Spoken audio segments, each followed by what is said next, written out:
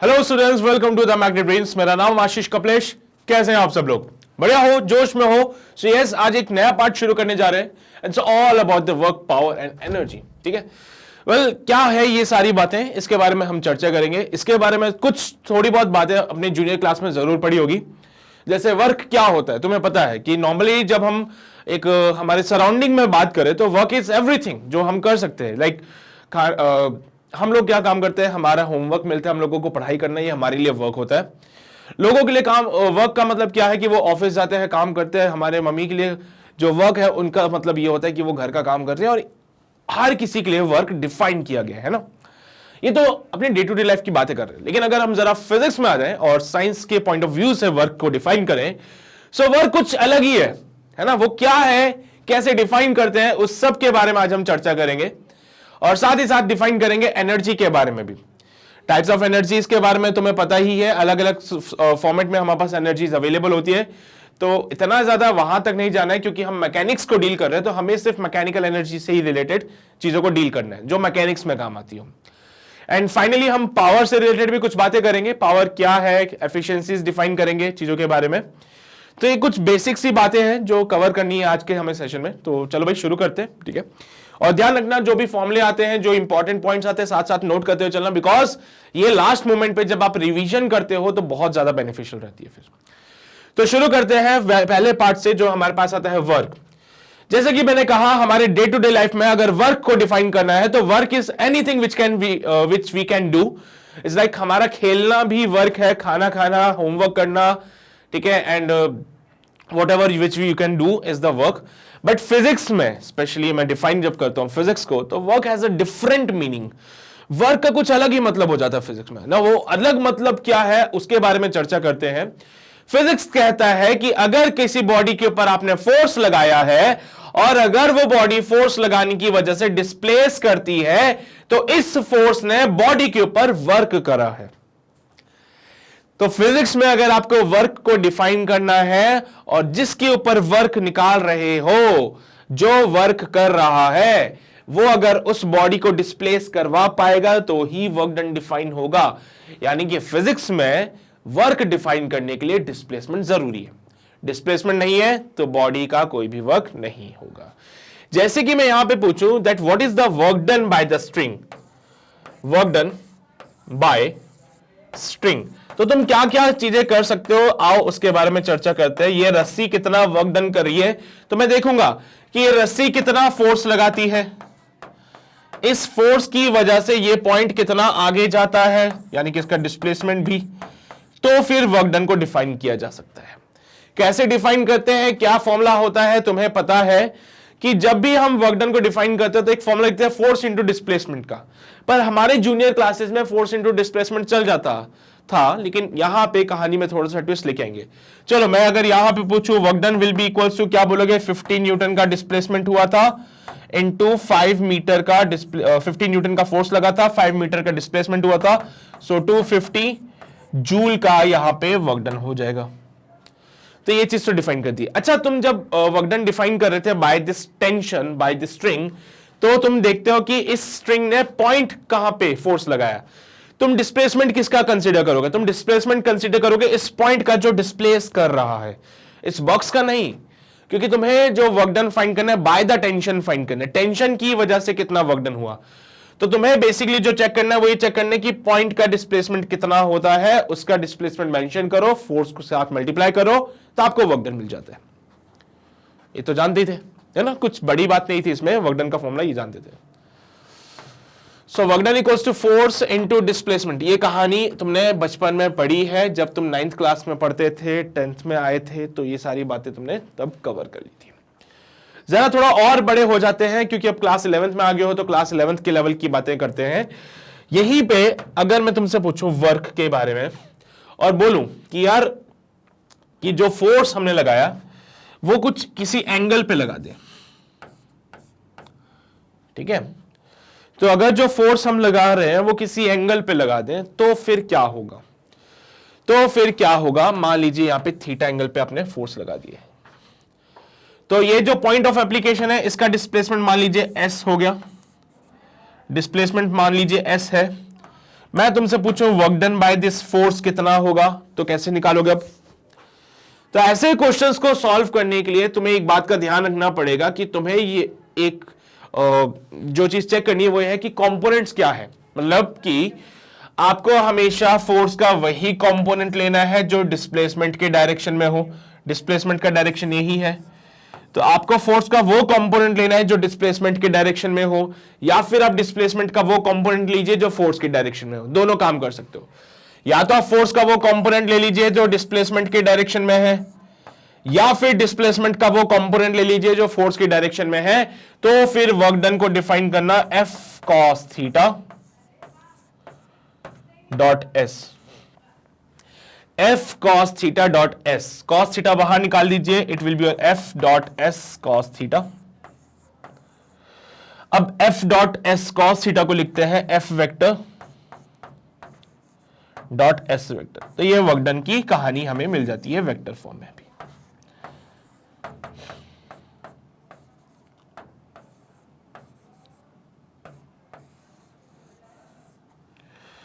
ठीक है, तो वर्क डन का फॉर्मूला बनेगा F vector dot S vector. क्योंकि बड़े हो गए हो, वेक्टर की जानकारी अच्छी खासी है तुम्हारे पास, तो वेक्टर फॉर्मेट में लिखना आना चाहिए वर्क डन में।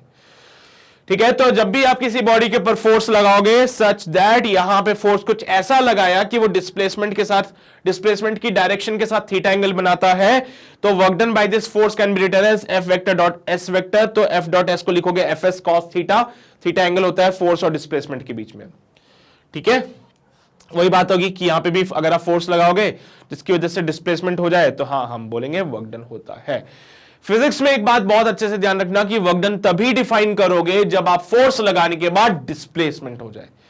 एक तो पता चले तुम फोर्स लगा रहे हो और डिस्प्लेसमेंट ही ना हो, तो भाई फोर्स के साथ में डिस्प्लेसमेंट मैटर करता है, फोर्स के साथ में डिस्प्लेसमेंट भी मैटर करता है।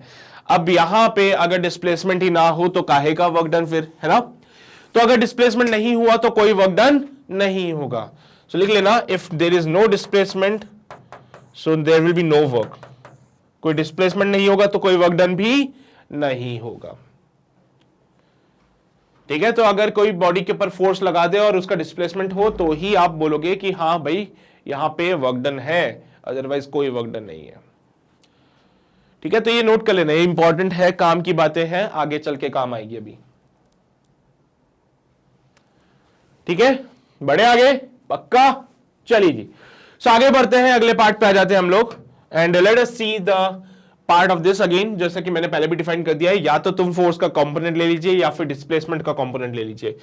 देखो भाई क्या हो रहा है, जैसे कि यहां पे तुम देख रहे हो फोर्स ऊपर लग रहा था, डिस्प्लेसमेंट आगे की तरफ होता था, तो ऐसे केस में फोर्स के कंपोनेंट आगे की तरफ लेना आपको, इस फोर्स का एक कंपोनेंट आपको आगे की तरफ लेना पड़ेगा।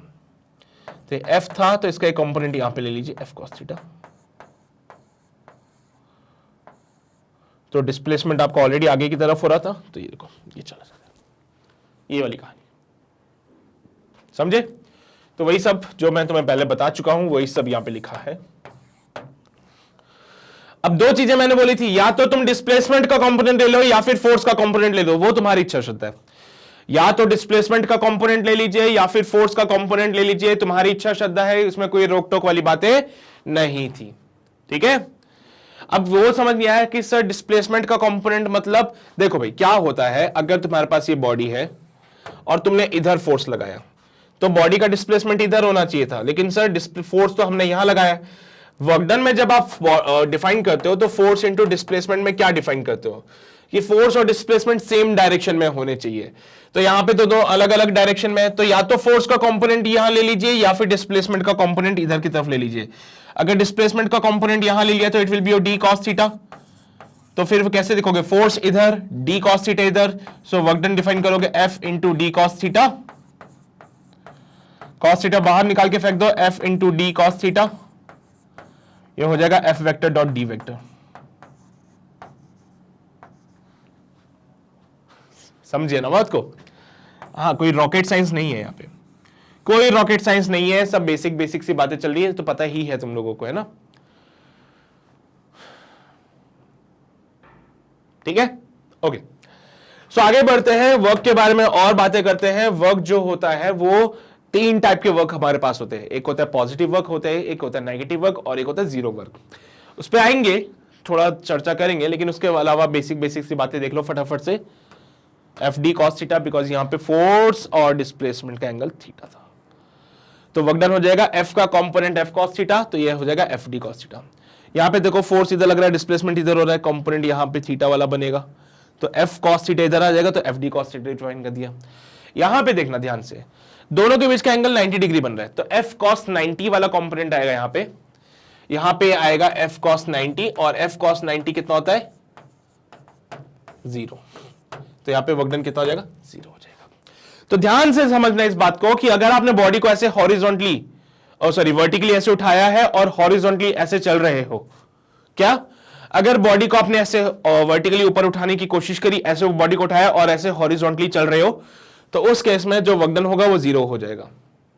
यहां पे देखो फोर्स ऊपर लगाया, डिस्प्लेसमेंट भी ऊपर हो गया, तो work done will B F dot D, ये मैक्सिमम वर्क डन होता है, ये मैक्सिमम वर्क डन होता है, बिकॉज यहां पे जिस डायरेक्शन में फोर्स लगाया उसी डायरेक्शन में डिस्प्लेसमेंट हो गया, तो बोलेंगे वर्क डन जो होता है यहां पे क्या हो जाता है, वो मैक्सिमम वाला हो जाता है। ठीक है, तो ये तो वर्क के बारे में कुछ बेसिक सी बातें, और इसके अलावा जो हमारे पास है कि वो वेरिएबल फोर्स की वजह से वर्क डन कैसे डिफाइन किया जाता है, ये इंपॉर्टेंट है, यहां पे थोड़ा सा बात समझना जरूरी है। अभी तक जो आपने वर्क डन डिफाइन किए सब में कांस्टेंट फोर्स था, लेकिन मान लीजिए अगर वेरिएबल फोर्स आ गया, फिर क्या करोगे? हाँ यार, ये तो दिक्कत वाली बात है। वेरिएबल फोर्स आ गया फिर क्या करोगे? तो भाई ऐसे केसेस में हम करते हैं इंटीग्रेशन। जैसे कि मान लीजिए ए से लेके बी तक जा रहे, हर पॉइंट पे आप देखेंगे तो फोर्स चेंज होता जाता है। ठीक है, तो हर पॉइंट पे अगर आप देखोगे तो फोर्स का डायरेक्शन अलग अलग है, डिस्प्लेसमेंट और फोर्स के बीच का एंगल चेंज हो रहा है। मतलब वेरिएबल फोर्स की कहानी अगर हमारे पास आ जाती है तो क्या करेंगे, ऐसे केस में एक छोटे से डिस्प्लेसमेंट के लिए डिफाइन करिए। फॉर स्मॉल डिस्प्लेसमेंट अगर हम इसको डिफाइन करते हैं, so let us consider dr with the small displacement. F हमारा एक वेरिएबल फोर्स हो जाता है कि किसी भी बॉडी के ऊपर एक्ट कर रहा है। जैसे कि कोई आर्क है, तो तुम देख सकते हो किसी भी बॉडी के ऊपर जब आर्क डिफाइन करते हो तो फोर्स अलग अलग हो जाते हैं। ठीक है, वैसे आर्क ना डिफाइन करके कुछ और चीज डिफाइन करते हैं, जैसे ग्राफ से भी समझ सकते हो आप इसको कि हर एक पॉइंट पे फोर्स की वैल्यू अलग अलग थी। ठीक है, तो फोर्स जो है हर एक पॉइंट पे चेंज होता है। तो ऐसे केसेस में आप क्या करोगे, ऐसे केसेस में आप क्वेश्चन में इंटीग्रेशन का यूज करोगे। तो क्वेश्चन को सॉल्व करना फॉर द स्मॉल डिस्प्लेसमेंट, क्योंकि अगर वेरिएबल फोर्स है तो किसी छोटे से डिस्प्लेसमेंट में फोर्स वो कांस्टेंट की तरह बिहेव करेगा। छोटे से डिस्प्लेसमेंट के लिए वर्क डन छोटा सा होता है, which is written as F dot D R. जब कभी भी वेरिएबल फोर्स की बात करेगी कहानी, तो आप क्या करना, इंटीग्रेट कर देना। कैसे करेंगे वो मैं बता देता हूं। ये रहा फोर्स, ये रहा डिस्प्लेसमेंट। यहां पे देखोगे तो फोर्स जो है वो वेरिएबल है। फोर्स क्या है, वेरिएबल, पहले बढ़ता जाता है फिर घटता जाता है। तो वेरिएबल फोर्स को कैसे सॉल्व करें, तो देखो जरा, यहां पे देखा R1 पोजीशन पे तो फोर्स मुझे दिख रहा है F1।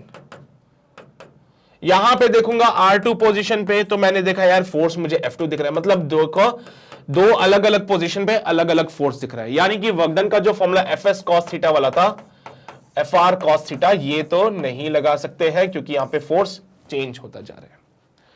तो मैं काम करता हूं, एक छोटा सा डिस्प्लेसमेंट मान ले सकता हूं। छोटे से डिस्प्लेसमेंट की बात करते हैं, तो छोटा सा डिस्प्लेसमेंट, बिल्कुल छोटा सा डिस्प्लेसमेंट dr के लिए।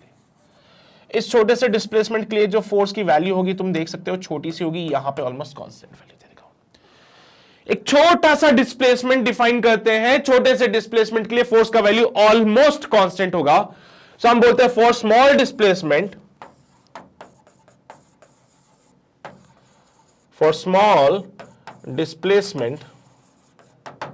यहां पे जो फोर्स होगा वो कांस्टेंट कंसीडर करते हुए सॉल्व कर सकते हैं, और छोटे से डिस्प्लेसमेंट के लिए वर्क डन को डिफाइन करते हैं।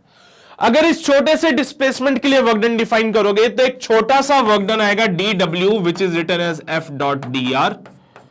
अगर R1 से लेके R2 तक आप इसको सॉल्व करना चाहते हो तो work done will be your integral of dw, which is further integral of f dot dr, और यहां पे R1 से लेके R2 तक आप इसको सॉल्व करना।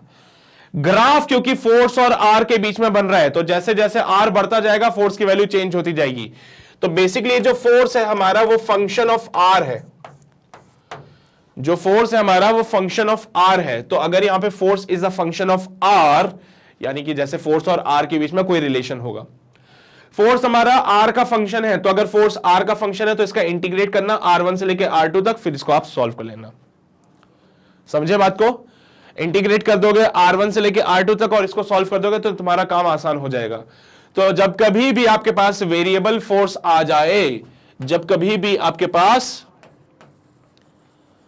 वेरिएबल फोर्स आ जाए, तो एक बात का विशेष ध्यान रखना कि आप क्या करेंगे, क्या करेंगे? इंटीग्रेट करेंगे।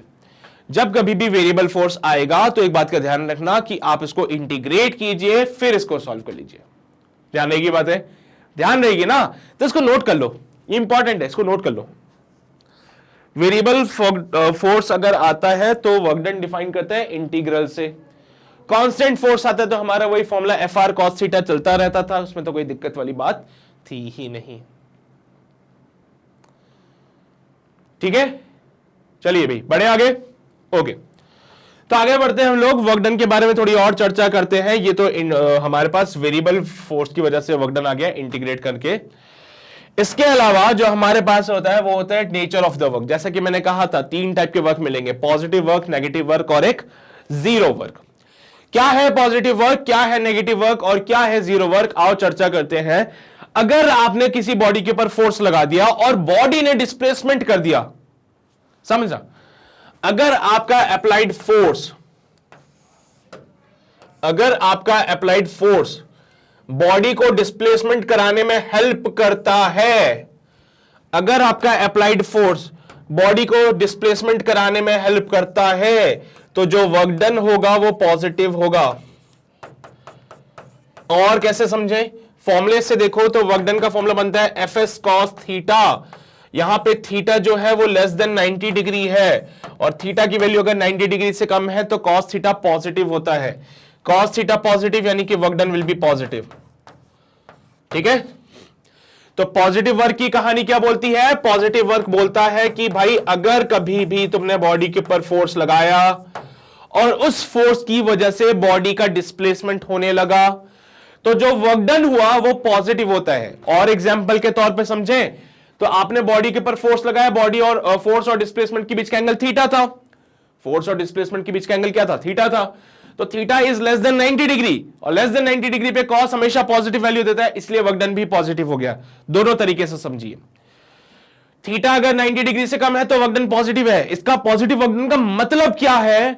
मतलब यह है कि बॉडी के ऊपर फोर्स लगाओगे जिसकी वजह से इसका डिस्प्लेसमेंट हो जाएगा, तो यह पॉजिटिव वर्क कहलाता है। फिर दूसरा आता है नेगेटिव वर्क।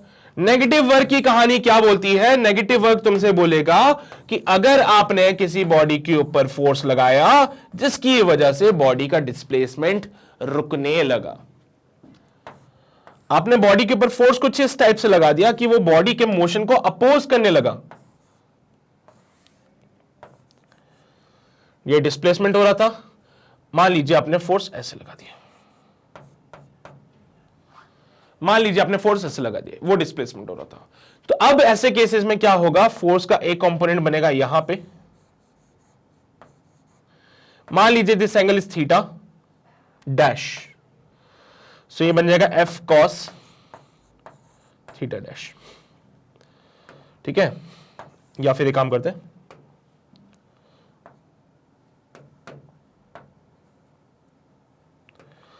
इसी एंगल को लेते हैं, for angle between the force and displacement theta. So यहां पे वर्क डन जो बनेगा वो बनेगा Fs cos थीटा, और तुम देख सकते हो थीटा इज ग्रेटर देन कितना? 90 डिग्री। कौन से केस में आगे? सेकंड क्वाड्रेंट में। सेकंड क्वाड्रेंट में cos क्या होता है? नेगेटिव। अरे बोलो, यहां पे डिस्प्लेसमेंट इधर है, फोर्स इधर है। कौन से क्वाड्रेंट में आए हो तुम लोग? सेकंड क्वाड्रेंट में। सेकंड क्वाड्रेंट में क्या cos नेगेटिव होता है, तो यहां पे वर्क डन मिलेगा माइनस का Fs cos। अब जो भी वैल्यू हो उसकी, है ना, अकॉर्डिंगली आप इसको डिफाइन कर देना, नेगेटिव का Fs cos theta.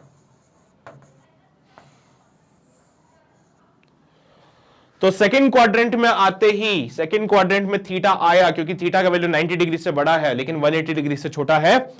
Second quadrant में आते ही कॉस नेगेटिव हो जाता है। कॉस नेगेटिव यानी कि वर्क डन कैसा मिलेगा? नेगेटिव।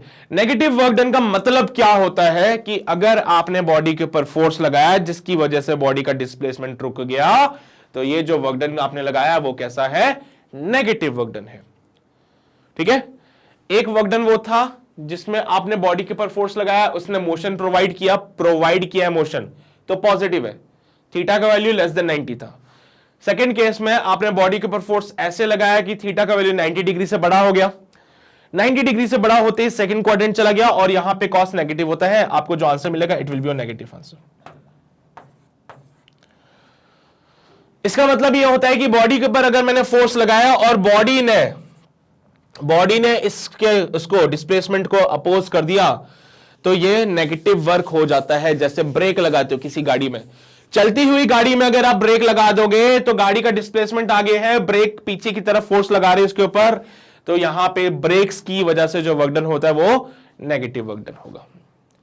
ठीक है, थर्ड केस में आता है zero work done. Zero work done बोलता है कि अगर आपने बॉडी के ऊपर कोई ऐसा फोर्स लगा दिया जो कि डिस्प्लेसमेंट के परपेंडिकुलर है, अगर आपने बॉडी के ऊपर कोई ऐसा फोर्स लगा दिया जो कि डिस्प्लेसमेंट के परपेंडिकुलर है, so in that case the work done will be zero. उस केस में जो वर्क डन होगा वो क्या हो जाएगा? जीरो हो जाएगा। तो that kind of work done is known as the zero work done. Apart from this एक और बात बोलना चाहता हूं, अगर बॉडी का डिस्प्लेसमेंट ही ना हो तो भी वर्क डन जीरो होता है। अगर बॉडी का डिस्प्लेसमेंट ही ना हो तो भी वर्क डन जीरो होता है। तो यहां पे वर्क डन जीरो होने के चांसेस क्या क्या है? या तो फोर्स और डिस्प्लेसमेंट के बीच का एंगल 90 डिग्री हो जाए, या फिर बॉडी का डिस्प्लेसमेंट जीरो हो जाए, तो हमारे वर्क डन जीरो हो सकते हैं। पॉजिटिव वर्क डन जहां पे फोर्स मोशन को सपोर्ट करता है, नेगेटिव वर्क डन जहां पे फोर्स मोशन को अपोज करता है, जीरो वर्क डन जहां पे फोर्स का मोशन से कोई लेना देना ही नहीं है। ठीक है, तो ये हमारे 3 टाइप के वर्क होते हैं जिनके बारे में हमें स्टडी की है। समझ आ रही है बातें तुम लोगों को?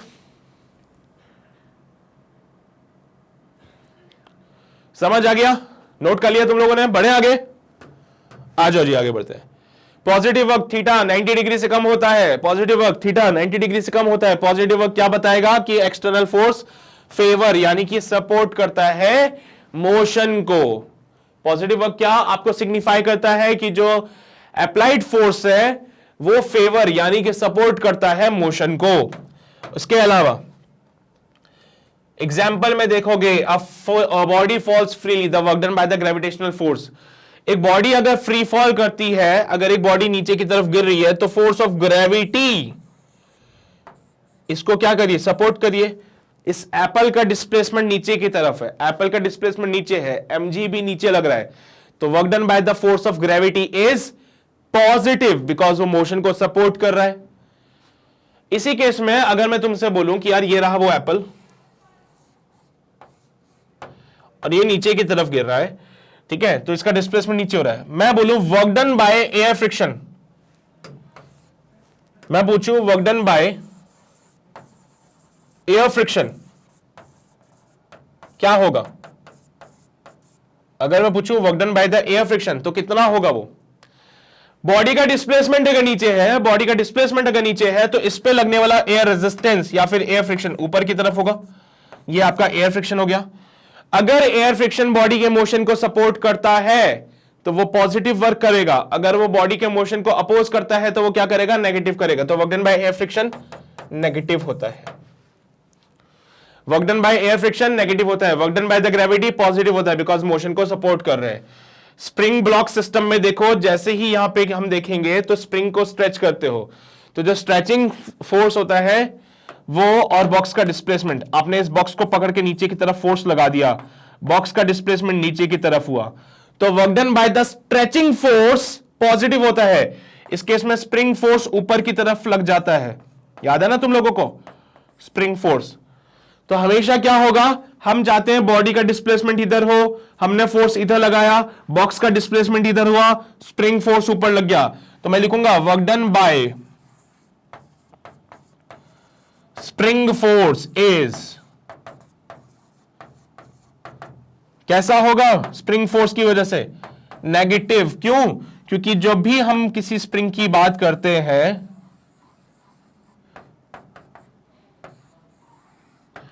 तो बॉडी को आप बाहर की तरफ खींच के लेके जाओ, तो ये आपका अप्लाइड फोर्स हो गया,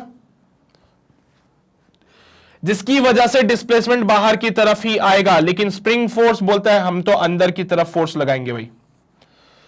तो देखो, तुमने फोर्स लगाया बाहर की तरफ, डिस्प्लेसमेंट हुआ बाहर की तरफ, स्प्रिंग फोर्स अंदर की तरफ लगा, तो स्प्रिंग फोर्स की वजह से वर्क डन नेगेटिव होता है, आपकी वजह से वर्क डन पॉजिटिव होता है। तो ध्यान से ऐसी चीजों का बहुत विशेष ध्यान रखना। आपको बस ये चेक करना है कि कहां पे वर्क डन पॉजिटिव है, कहां पे वर्क डन नेगेटिव है। ठीक है भाई, ध्यान रहेगी बातें, पक्का नोट कर लीजिए, स्क्वायर नोट कर लीजिए फटाफट से।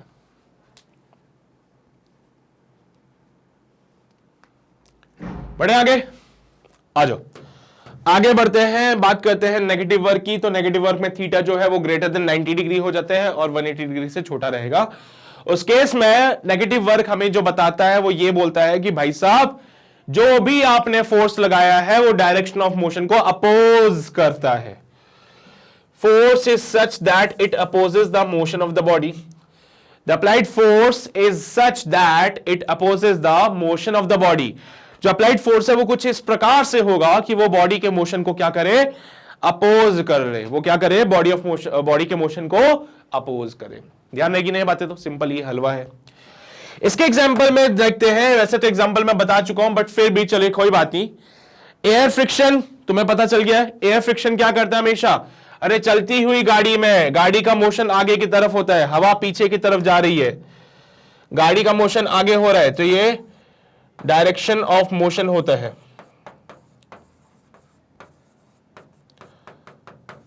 एयर फ्रिक्शन पीछे की तरफ लगता है, ये रहा एयर फ्रिक्शन या फिर बोलो एयर रेजिस्टेंस। गाड़ी में ब्रेक लगाओगे, ब्रेक क्या करेगा, ब्रेक क्या करेगा बोलो भैया, फोर्स लगाएगा पीछे की तरफ। ब्रेक क्या करेगा, फोर्स लगाता है पीछे की तरफ, तो ब्रेक्स की वजह से भी वर्क डन कैसा आएगा, नेगेटिव आएगा।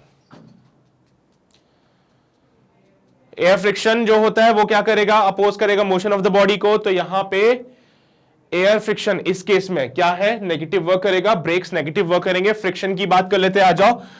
अगर एक बॉडी स्लाइड कर रही है, अगर एक बॉडी स्लाइड कर रही है तो बॉडी के मोशन का डायरेक्शन ये हो गया, ग्राउंड के रेस्पेक्ट में बॉडी का मोशन आगे हो रहा है, तो फ्रिक्शन कहां लग जाएगा, पीछे लग जाएगा। तो ये फ्रिक्शन भी क्या कर रहा है, इसके रिलेटिव मोशन को अपोज कर रहा है ना। फ्रिक्शन क्या करेगा, इसके रिलेटिव मोशन को अपोज करेगा। तो friction here opposes the relative motion, opposes relative motion. तो यहां पे फ्रिक्शन भी कैसा वर्क करेगा, नेगेटिव वर्क। फ्रिक्शन भी कैसा वर्क करेगा, नेगेटिव वर्क करेगा। तो ये नेगेटिव वर्क के कुछ एग्जांपल्स हैं, फटाफट से नोट कर लीजिए, फिर आगे बढ़ते हैं हम लोग। कर लिया नोट।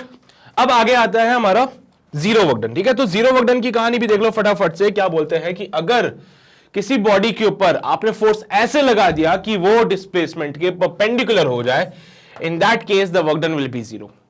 तो यहां पे वर्क डन जीरो होता है अगर आपने किसी बॉडी के ऊपर ऐसे ऊपर उठा के रखा है और आगे चल रहे हो, तो क्या होगा, फोर्स तो आपने ऊपर लगा दिया, डिस्प्लेसमेंट आगे कर रहे हो, तो work done will be zero. तो यहां पे ऐसे केसेस में वर्क डन जीरो होता है। यानी कि कोई तुमसे बोले कि भाई देखो मैं इतनी मेहनत करता हूं, अपने सर पे ये भारी सा बैग उठा के घूमता रहता हूं और मैं डिस्प्लेसमेंट आगे करता हूं, तो इस केस में फोर्स तुमने ऊपर लगाया, सर पे बैग उठा के आगे की तरफ डिस्प्लेसमेंट करते हो, तो फोर्स तुमने ऊपर लगाया, डिस्प्लेसमेंट तुम्हारा आगे हुआ। In such cases the work done will be zero. ठीक है, तो ऐसे केस में वर्क डन जीरो होता है। पर ये ध्यान रखना कि यह वर्क डन सिर्फ फिजिक्स के रेस्पेक्ट में जीरो है, असल में तो मेहनत लगती ही है ना, असल में तो मेहनत लगेगी सही भाई। एक बैग को उठा के तुम सर पे उठा के चल रहे हो तो मेहनत तो लगेगी सही। वर्क डन जीरो है, लेकिन वो सिर्फ फिजिक्स के लिए वर्क डन जीरो है, बिकॉज फिजिक्स बोलता है वर्क डन के लिए डिस्प्लेसमेंट जरूरी है। अगर डिस्प्लेसमेंट ही नहीं होगा तो वर्क डन कहां से लाओगे फिर। ठीक है, सही वाली बात है। और दूसरी बात ये होती है कि अगर डिस्प्लेसमेंट जीरो हो जाए तो भी वर्क डन जीरो है। तो मतलब कहानी बहुत सिंपल है कि अगर थीटा 90 डिग्री हो जाए या फिर डिस्प्लेसमेंट जीरो हो जाए, इन that case the work done will be zero, in that case the work done will be zero.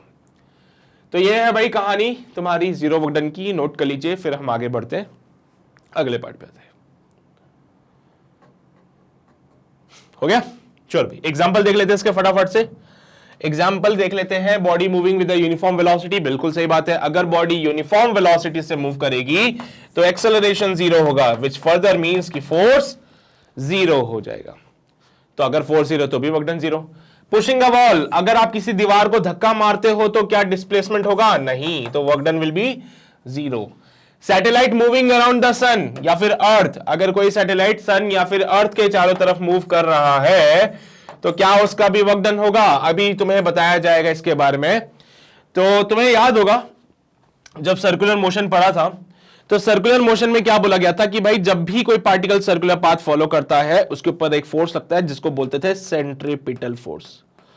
Body का डिस्प्लेसमेंट ऐसे हो रहा है, ये बॉडी का डिस्प्लेसमेंट, ये बॉडी पे लगने वाला force, angle between them will be of 90 degree. तो अगर कोई सैटेलाइट मूव करता है अराउंड द सन या फिर अर्थ तो थीटा कितना हो जाएगा इस केस में? इसमें थीटा हो जाएगा 90 डिग्री का, तो work done will be zero. Coolie carrying the luggage on the horizontal platform, सीधी सी बात है, तुम जानते हो अभी डायग्राम बनाया था जिसमें एक आदमी था वो अपने सिर के ऊपर बैग उठा के लेके जा रहा था।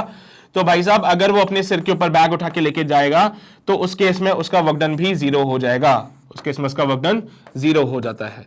तो this is the force, this is the displacement. But ध्यान रखो ये वर्क डन हमेशा फिजिक्स के रेस्पेक्ट में होता है, ये फिजिक्स हमेशा यही बोलेगा कि भाई डिस्प्लेसमेंट होना चाहिए तो वर्क डन है 90 सॉरी हाँ डिस्प्लेसमेंट होगा जीरो होगा तो वर्क डन जीरो हो जाएगा, थीटा 90 डिग्री होगा तो वर्क डन जीरो हो जाएगा।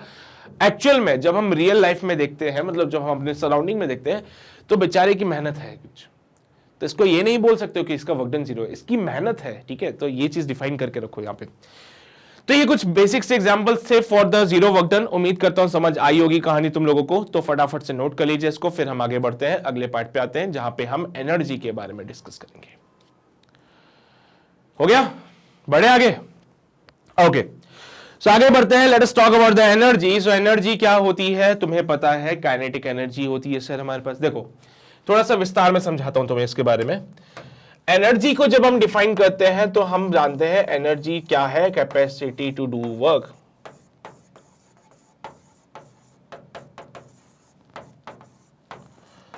अगर किसी के पास एनर्जी है तो वो वर्क कर सकता है, अगर एनर्जी नहीं है तो वर्क नहीं कर सकता। एनर्जी अलग अलग फॉर्म में हमारे पास अवेलेबल होती है, solar energy, wind energy, hydro energy वगैरह वगैरह वाली एनर्जी। पर हमारा मेन मकसद जो है वो सिर्फ मैकेनिकल एनर्जी से होता है, बिकॉज हम मैकेनिक्स पढ़ रहे हैं। तो मैकेनिक्स में मैकेनिकल एनर्जी से रिलेटेड बातें करेंगे। This is all about the kinetic energy and the potential energy. क्योंकि आप पूरी बातें अभी मैकेनिक्स की कर रहे हैं तो मैकेनिक्स में सिर्फ मैकेनिकल एनर्जी की बातें करेंगे। That will be the kinetic energy and the potential energy only. ना तो कोई विंड एनर्जी, ना कोई सोलर एनर्जी, ना कोई टाइडल एनर्जी, कुछ नहीं, सिर्फ काइनेटिक और सिर्फ पोटेंशियल एनर्जी, ठीक है। काइनेटिक एनर्जी कब आती है? जब कोई बॉडी मूव करता है।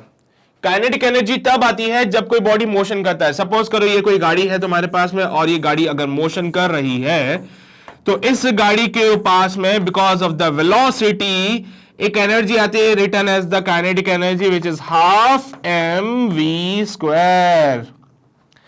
तो अगर तुम चलते हो v स्पीड से तो तुम्हारे पास भी एक एनर्जी होती है जिसको काइनेटिक एनर्जी कहते हैं, which is given as half mv²। Potential energy आती है due to change in configuration और चेंज इन पोजीशन। पोजीशन में चेंज हो जाए, किसी हाइट पे तुम चले जाओ, या फिर कॉन्फ़िगरेशन चेंज की वजह से भी पोटेंशियल एनर्जी आती है। तो पोटेंशियल एनर्जी आएगी because change in position and change in configuration and position. क्या मतलब हुआ इसका समझ नहीं आया? जैसे कि तुमसे कोई बोलता है कि भाई साहब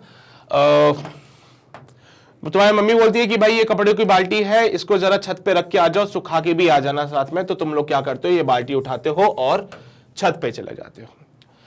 तो जब तुमने इस बाल्टी को उठाया और छत पे लेके गए तो क्या हुआ, तुमने इस बाल्टी का पोजीशन चेंज कर दिया। पहले उसकी इनिशियल पोजीशन ये वाली थी, अभी तुम इसको उठा के लेके गए यहां पे, फाइनल पोजीशन यहां पे आ गई। तो तुमने क्या किया, इसके पास कुछ, इसकी पोजीशन में कुछ परिवर्तन किए, इसको कुछ हाइट पे या फिर मैं बोलूं कुछ एल्टीट्यूड पे तुम इसको लेके गए, जिसकी वजह से इसके पास एक एनर्जी आती है given as the potential energy, ठीक है। And that potential energy is given as mgh। mgh नाम सुना होगा ना इसके बारे में, mgh के बारे में, है ना। तो mgh पोटेंशियल एनर्जी इसके पास आती है। Apart from this configuration change क्यों बोल रहे हो, बिकॉज आप समझदार हो, तुम्हें पता है कि भाई एक स्प्रिंग जो होता है, इसको अगर आप पकड़ के या तो एलोंगेट कर सकते हो या फिर कंप्रेस कर सकते हो। अगर आपने स्प्रिंग को पकड़ के एलोंगेट कर दिया तो स्प्रिंग जो है वो फैल जाएगी ऐसे। जब स्प्रिंग एलोंगेट हो जाती है तो इस स्प्रिंग के अंदर एक एनर्जी आ जाती है given as the potential energy. Spring के अंदर एक एनर्जी आ जाती है जिसको हम पोटेंशियल एनर्जी कहते हैं, which is equal to half के एक्स स्क्वायर। अभी पोटेंशियल एनर्जी कहानी और अच्छे से समझाऊंगा, बस इतनी सी बातें समझ जाओ कि पोटेंशियल एनर्जी पोजीशन की चेंज की वजह से आ रही है या फिर कॉन्फ़िगरेशन चेंज की वजह से आती है। काइनेटिक एनर्जी क्यों आती है हमारे पास में? क्योंकि हमारे पास मोशन होता है, तो ये मोशन से रिलेटेड है, ये कॉन्फ़िगरेशन और पोजीशन के चेंज से रिलेटेड है। तो इसके बारे में भी हम चर्चा करेंगे और डिटेल में है, बट इतना एक समरी मैंने डिफाइन की है। एनर्जी की मैकेनिक्स से डील कर रहे हो तो काइनेटिक और पोटेंशियल एनर्जी से ही चर्चा करेंगे, बाकी की एनर्जी से हमें कोई लेना देना नहीं होगा। तो बात करते हैं काइनेटिक एनर्जी की। It is the internal capacity of doing work of an object by virtue of its motion. अगर कोई ऑब्जेक्ट मोशन कर रहा है तो उसके पास एक एनर्जी आती है काइनेटिक एनर्जी। जैसे कि कोई गाड़ी है जिसका मास m है, जो आगे की तरफ जा रही है v स्पीड से, तो काइनेटिक एनर्जी आएगी हाफ mv स्क्वायर। ठीक है, कोई गाड़ी तुम्हारे पास है जो कि m मास की है, जो कि v स्पीड से जा रही है, तो काइनेटिक एनर्जी आती है हाफ mv स्क्वायर। इसके बारे में बहुत अच्छे से पढ़ा है तुम। अच्छा, काइनेटिक एनर्जी कौन सी क्वांटिटी होती है? एनर्जी क्या बोलोगे? Energy is it a scalar और अ वेक्टर? Scalar quantity. तो जब ये तुम v लिखते हो तो ये स्पीड को रिप्रेजेंट करता है। वेलोसिटी वेलोसिटी मत बोलना, यहां पे स्पीड होती है। ठीक है, स्केलर क्वांटिटी है तो यहां पे v जो होता है वो स्पीड होता है। तो वेलोसिटी वेलोसिटी लिखने की बातें मत करना, वेलोसिटी ही स्पीड होगा, डायरेक्शन वगैरह नहीं आएगी यहां पे। ठीक है, बेसिक सी बातें तुम्हें पता थी, तुमने लिख ली और उम्मीद करता हूं समझ भी आ गई होगी।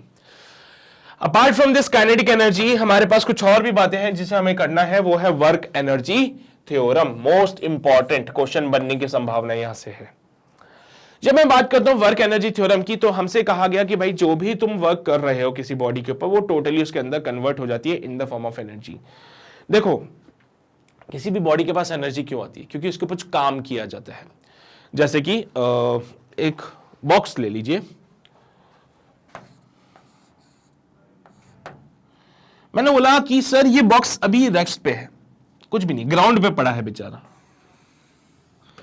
ये बॉक्स जो है ग्राउंड पे पड़ा है बेचारा।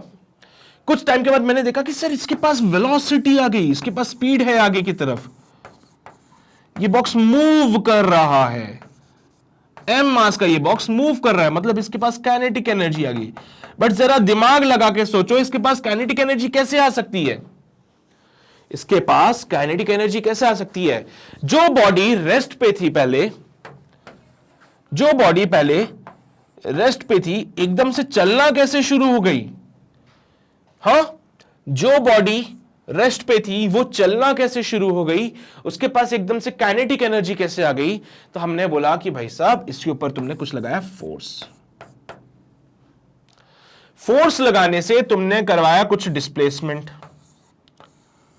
तो तुमने कुछ किया, वर्क डन इसके ऊपर। तुमने क्या किया? इस बॉक्स के ऊपर लगा दिया फोर्स। तुमने बोला कि हमने क्या किया? बॉडी के ऊपर लगाया फोर्स।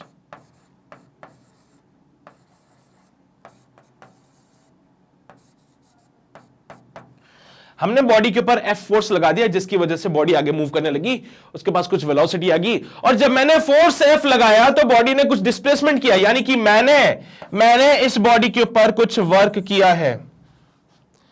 कैसा वर्क किया है तुमने? पॉजिटिव वाला। मैंने इस बॉडी के ऊपर कुछ वर्क किया है पॉजिटिव वाला, जिसकी वजह से ये बॉडी अब आगे बढ़ दिया और इसके पास कुछ वेलोसिटी है, जिसके कारण इसके पास काइनेटिक एनर्जी आई। मतलब जो मैंने इसके ऊपर वर्क किया था उसी की वजह से इसके पास एनर्जी आई है आज। अगर मैं इसके ऊपर वर्क नहीं करता तो इसके पास एनर्जी कभी आती क्या? अगर मैं इसके ऊपर कभी वर्क ही नहीं करता, अगर मैं इसको कभी ऐसे फोर्स नहीं लगाता, तो क्या इसके पास कभी काइनेटिक एनर्जी आती? नहीं आती ना। तो यही तो समझा रहे कि अगर आप किसी भी बॉडी के ऊपर वर्क डन करते हो तो उससे उसकी काइनेटिक एनर्जी में चेंजेस आते हैं, और यही बात वर्क एनर्जी थ्योरम हमें कहती है किसी भी बॉडी के ऊपर वर्क डन करोगे तो उसकी वजह से उसकी काइनेटिक एनर्जी में चेंजेस हो जाएंगे। पहले वो बॉडी जो आपका रेस्ट पे था, आज उसके पास कुछ स्पीड है और वो मोशन कर रहा है, तो यानी कि उसके पास कुछ काइनेटिक एनर्जी आई। तो पहले kinetic energy zero, finally kinetic energy की कुछ वैल्यू आ जाएगी, यानी कि काइनेटिक एनर्जी में कुछ चेंज आया है। ऐसे टाइप के वर्क डन जो सॉरी इसकी वजह से क्या होता है, काइनेटिक एनर्जी में चेंज हो जाता है। तो मैं कहूंगा कि वर्क डन जो हुआ उसकी वजह से काइनेटिक एनर्जी में चेंज आया। यही बात वर्क एनर्जी थ्योरम समझाता है। Work done bye all the forces, यहां पे तो मैं अकेला था जो फोर्स लगा रहा था, सपोज करो और भी बहुत सारे फोर्स मिल जाए। फोर्सेस में जो आते हैं वो होते हैं conservative forces, non conservative forces, external और the internal forces acting on a particle और an object is equal to the change in its kinetic energy. ये वाली बात तो मैं तुम्हें समझा चुका हूं कि अगर आप इसके ऊपर फोर्स लगाओगे तो इसकी वजह से इसकी काइनेटिक एनर्जी में कुछ चेंज आएंगे। पहले रेस्ट पे था, काइनेटिक एनर्जी इनिशियल वाली जीरो थी, मैंने फोर्स लगाया, डिस्प्लेसमेंट कराया, वर्क डन किया इसके ऊपर, वर्क डन करने से फाइनल में काइनेटिक एनर्जी हो जाएगी हाफ एम स्क्वायर। तो मेरे अप्लाइड फोर्स की वजह से इसकी काइनेटिक एनर्जी में चेंज आता है और यही बात हमें वर्क एनर्जी थ्योरम भी कहता है। तो यही है आपका वेट। वेट बोले तो सेट वेट वाला नहीं है ये, है ना, वेट बोले तो work energy theorem, work energy theorem यही कहती है बात। क्वेश्चन आने की संभावना ज्यादा रहती है यहां पे, तो ध्यान रखना है, इसको थोड़ा सा इंपॉर्टेंस देना। और ये जो वर्क डन है वो किसी अकेले का वर्क डन नहीं है, it is the work done bye all the forces, it is the work done bye all the forces. तो ये वर्क डन अकेले का नहीं है किसी, ये सारे फोर्सेस, जितने भी फोर्सेस इस बॉक्स के ऊपर लग रहे होंगे उन सब की वजह से वर्क डन है। जितनी भी फोर्सेस इस बॉक्स के ऊपर लग रहे हैं जिनकी वजह से मोशन हो रहा है वो सारे फोर्सेस यहां पे आ जाएंगे। ठीक है, तो ऐसा नहीं कि यहां पे तुम बोल रहे हो सर mg और नॉर्मल, अरे उन्होंने तो कैंसिल कर दिया। मोशन जो प्रोवाइड करा रहे हैं, जो वर्क डन मोशन प्रोवाइड करा रहे हैं वो सारे के सारे यहां पे मेंशन कर देना। ठीक है, तो ये है कहानी वर्क एनर्जी थ्योरम की। समझ आई है, नोट कर लो जल्दी से, फिर आगे बढ़ते हैं हम लोग।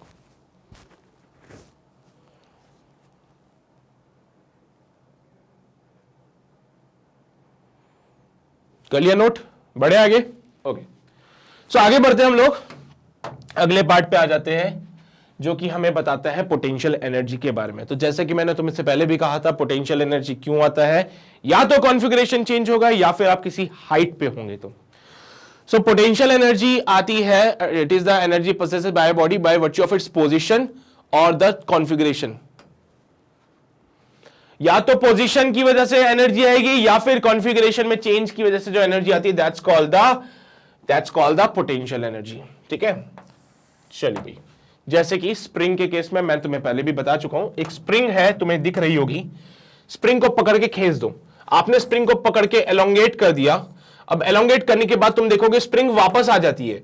ये वापस आने का काम कैसे कर सकती है यार, स्प्रिंग को पकड़ के हमने एलोंगेट कर दिया, जैसे छोड़ा ये वापस आ गई, वापस आने का काम खुद से कैसे करेगी, अरे खुद से काम करने के लिए तो एनर्जी की रिक्वायरमेंट होती है ना।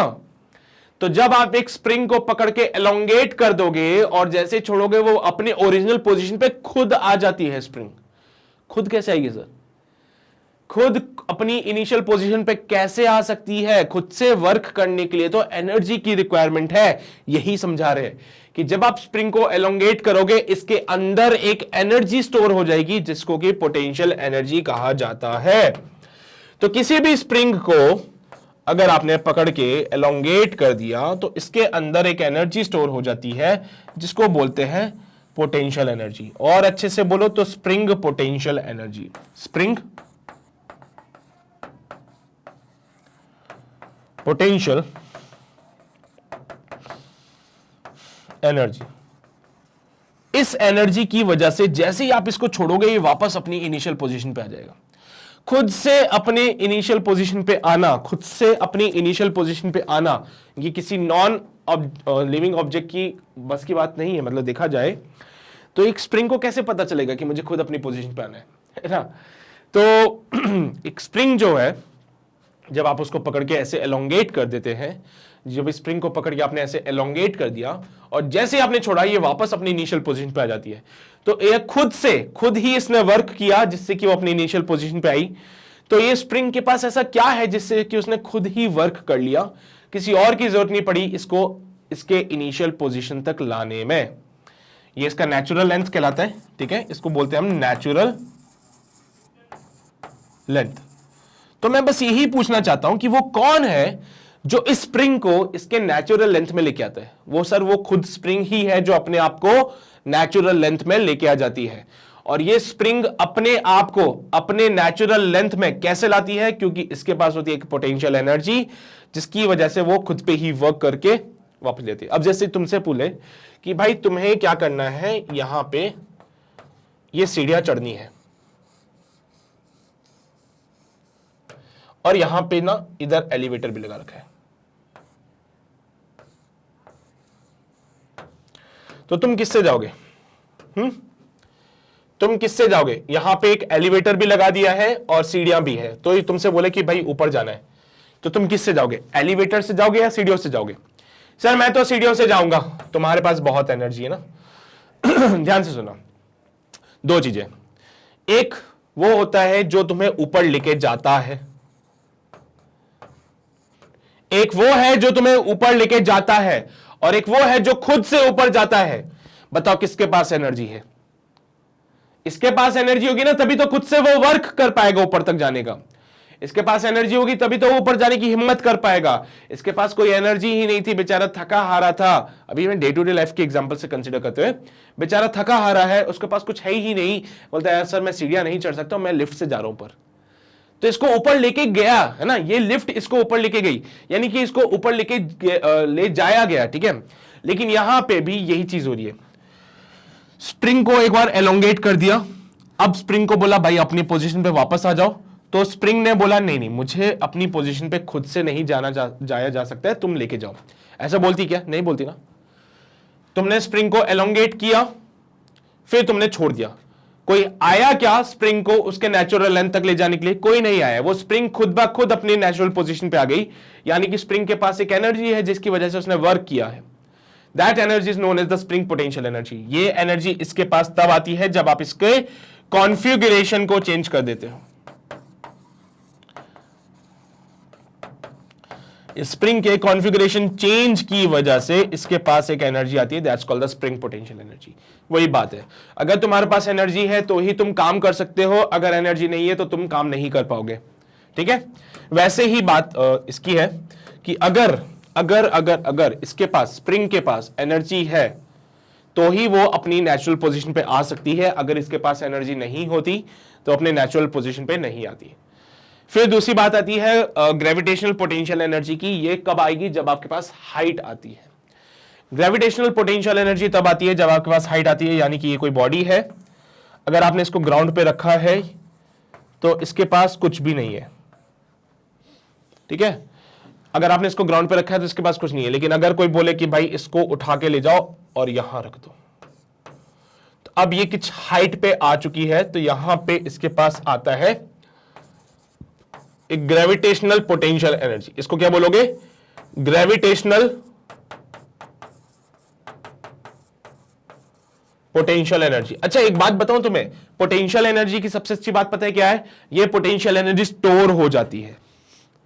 ये जो पोटेंशियल एनर्जी होती है वो स्टोर्ड फॉर्म में होती है। जब आप इस स्प्रिंग के ऊपर काम कर रहे थे, क्या काम कर रहे थे? इसको एलोंगेट करने का। जब आप इस स्प्रिंग को पकड़ के एलोंगेट करने का काम कर रहे थे तो इस स्प्रिंग ने अपने अंदर एनर्जी स्टोर कर ली।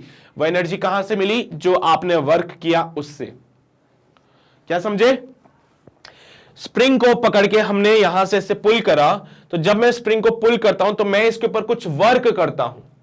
जब मैं स्प्रिंग को पकड़ के पुल करूंगा तो मैं इसके ऊपर कुछ वर्क करूंगा। जो मैंने इसके ऊपर वर्क किया वो इसके अंदर स्टोर हो गया in form of the potential energy. Similarly इस बॉक्स को उठा के ऊपर तक रखने के लिए मैंने कुछ वर्क किया। जो वर्क मैंने इस पे किया वो सारा का सारा स्टोर हो गया इसके पास in the form of the potential energy. तो पोटेंशियल एनर्जी पहली बात तो स्टोर्ड फॉर्मेट में रहती है, दूसरी बात हमेशा तभी आएगी जब उसके ऊपर कुछ वर्क किया जाएगा। जैसे कि यहां पे ग्रेविटेशन की बात करूं तो इस बॉक्स को ऊपर उठाया मैंने F फोर्स लगा के और इसको H हाइट तक लेके गया, तो मैंने कितना वर्क डन किया? मैंने वर्क डन किया F.H। इस बॉक्स की बात करो तो बॉक्स को ऊपर उठाने के लिए मैंने फोर्स लगाया F, इसको H हाइट तक लेके गया तो मैंने वर्क डन किया F.H। किसी भी बॉक्स को अगर ऊपर उठाना है तो कम से कम आपको उसके वेट के जितना फोर्स तो लगाना ही पड़ेगा।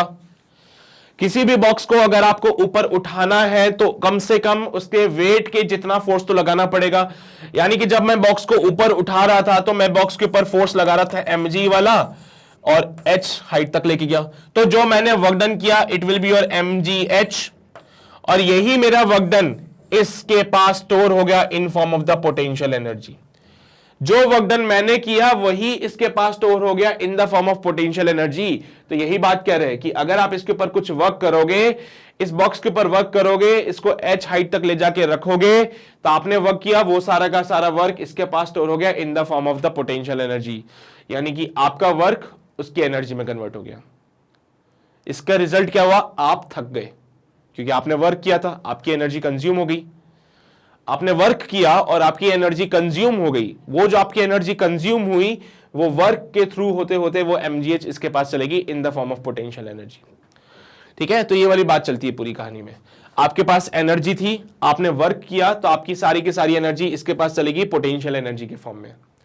ठीक है, तो यहां पे भी वही था, आपके पास एनर्जी थी, आपने स्प्रिंग को ऐसे पुल किया, जब आपने स्प्रिंग को पुल किया तो आपने वर्क किया, तो ड्यूरिंग दैट वर्क आपके जो भी एनर्जी थी वो सारी की सारी इसके पास चलेगी इन the form of potential energy. और एनर्जी की एक बात बहुत अच्छी है कि एनर्जी कभी डिस्ट्रॉय नहीं होती, कभी क्रिएट नहीं कर सकते उसको हम लोग, बट हां एक फॉर्म से दूसरे फॉर्म में कन्वर्ट जरूर कर सकते हैं। तो जो मेरी एनर्जी थी वो इस बॉक्स को ऊपर उठाने में चली गई, मेरी एनर्जी इस बॉक्स को ऊपर उठाने में चली गई। कहां गई सर वो एनर्जी? क्योंकि एनर्जी तो डिस्ट्रॉय होती नहीं है, तो वो एनर्जी चली गई बॉक्स के पास in the form of the potential energy mgh। समझे बात को? समझे बात को? पोटेंशियल एनर्जी की कहानी क्लियर है ना? नोट कर लीजिए इसको, फिर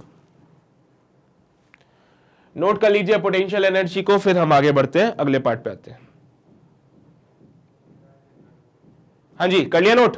पढ़े आगे? ओके, सो आगे बढ़ते हैं, देखते हैं अगला पार्ट हमारे पास क्या है। पोटेंशियल एनर्जी जो एक रिलेटिव क्वांटिटी होती है, पोटेंशियल एनर्जी जो होता है वो कंजर्वेटिव फोर्स फील्ड का work done by the conservative force in moving the body from its present. वही बात होगी कि किसी भी कंजर्वेटिव फोर्स के लिए, अभी कंजर्वेटिव फोर्सेस क्या होते हैं अभी मैं बता दूंगा। किसी भी कंजर्वेटिव फोर्स फील्ड के अंदर जो वर्क डन किया है किसी भी कंजर्वेटिव फोर्स ने, वो बराबर होता है किसके? Potential energy of a body के। तो मैं भी तो ये बोल रहा था कि जो वर्क डन होता है वो पोटेंशियल एनर्जी के बराबर होता है, जो वर्क डन होता है वो पोटेंशियल एनर्जी के बराबर होता है। मैंने भी तो यही बात बोली थी। हाँ, कंजर्वेटिव फोर्स की कंसीडरेशन में ये सारी बातें होगी, कंजर्वेटिव फोर्स होगा तो ही ये चीज एप्लीकेबल है, अदरवाइज एप्लीकेबल नहीं है। कंजर्वेटिव फोर्सेस कौन से होते हैं? जैसे कि ग्रेविटेशनल फोर्स,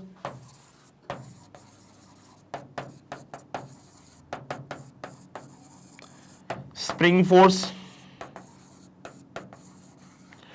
इलेक्ट्रिक फोर्स,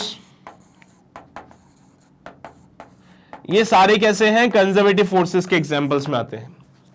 तो कंजर्वेटिव फोर्स फील्ड यानी कि इनका अगर कोई फील्ड है, उसमें अगर आप कोई काम करते हो, उसमें अगर किसी बॉडी के ऊपर कंजर्वेटिव फोर्स ने कुछ वर्क किया, तो वो सारे का सारा वर्क जो है वो चला जाएगा उस बॉडी के पास in the form of the potential energy.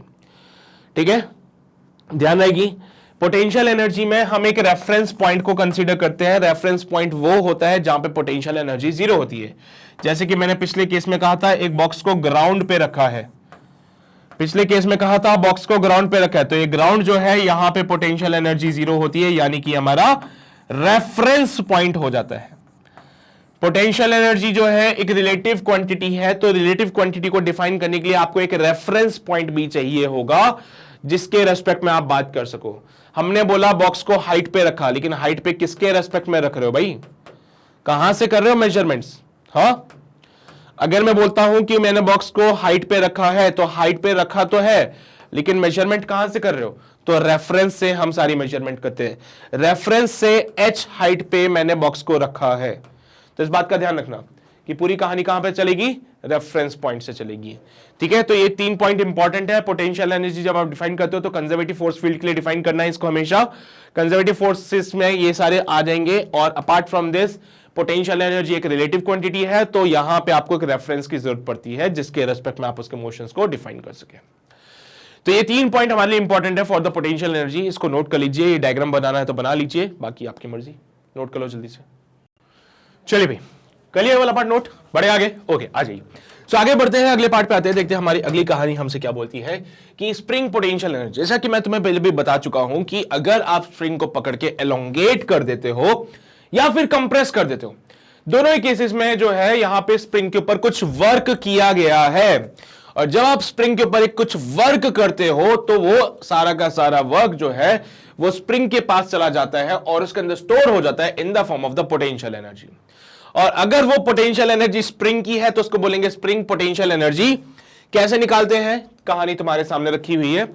मान लीजिए हमारे पास एक स्प्रिंग है जिसको आपने पकड़ के खींच दिया, तो यहां पे रेफरेंस पॉइंट बना लिया हम लोगों ने। ठीक है, देखो मैंने पहले भी बोला है कि जो पोटेंशियल एनर्जी है वो एक रिलेटिव क्वांटिटी है, तो आपको एक रेफरेंस की जरूरत पड़ेगी जिसके रेस्पेक्ट में आप मेजरमेंट्स कर सके। तो यहां पे मैंने डिफाइन किया, this is our reference point, ये हमारा रेफरेंस पॉइंट है।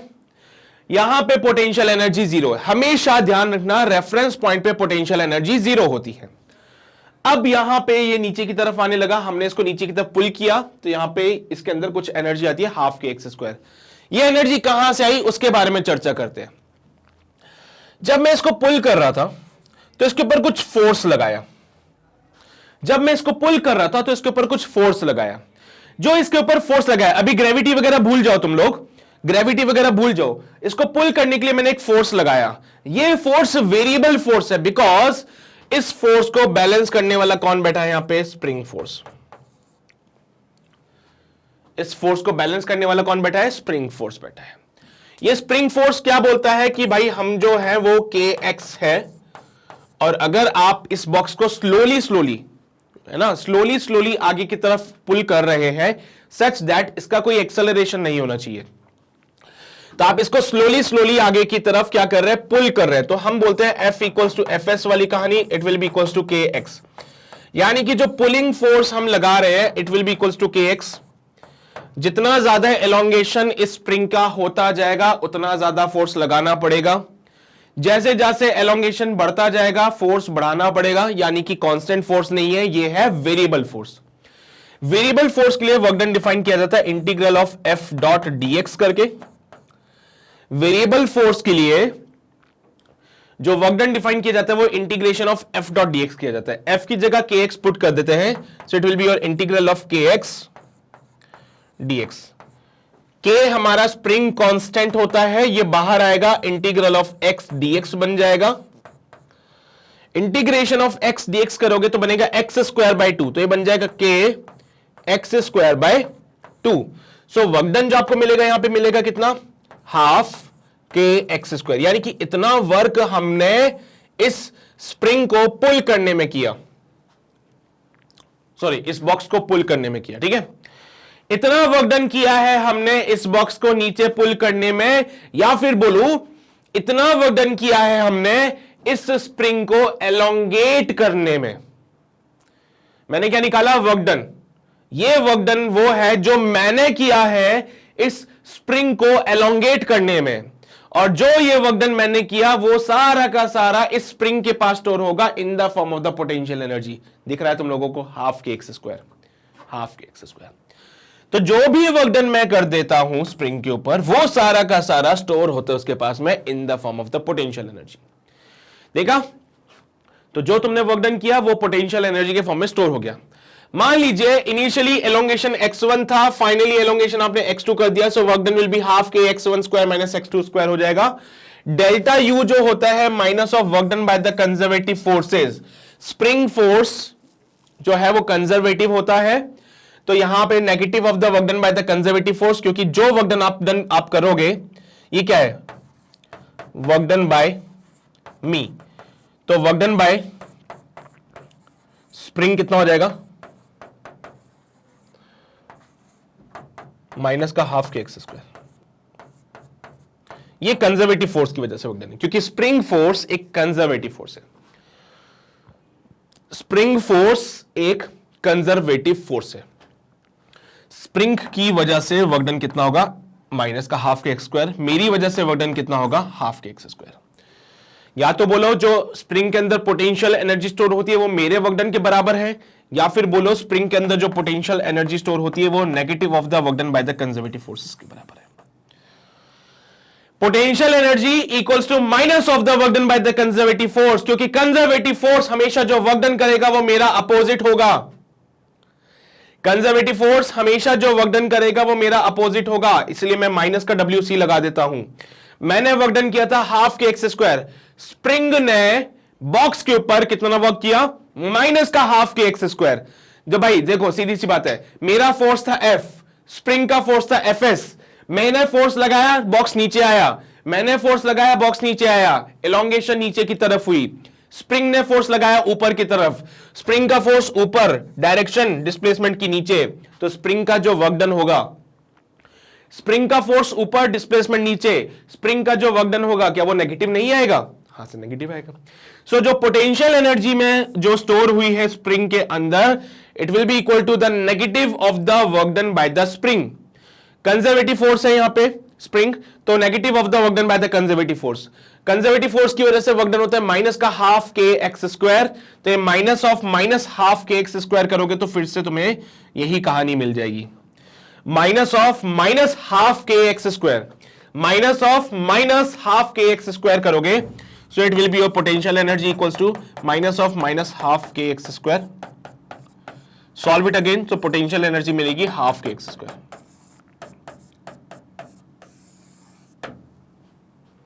सही है कहानी? बस हो गया, इतनी सी बात है।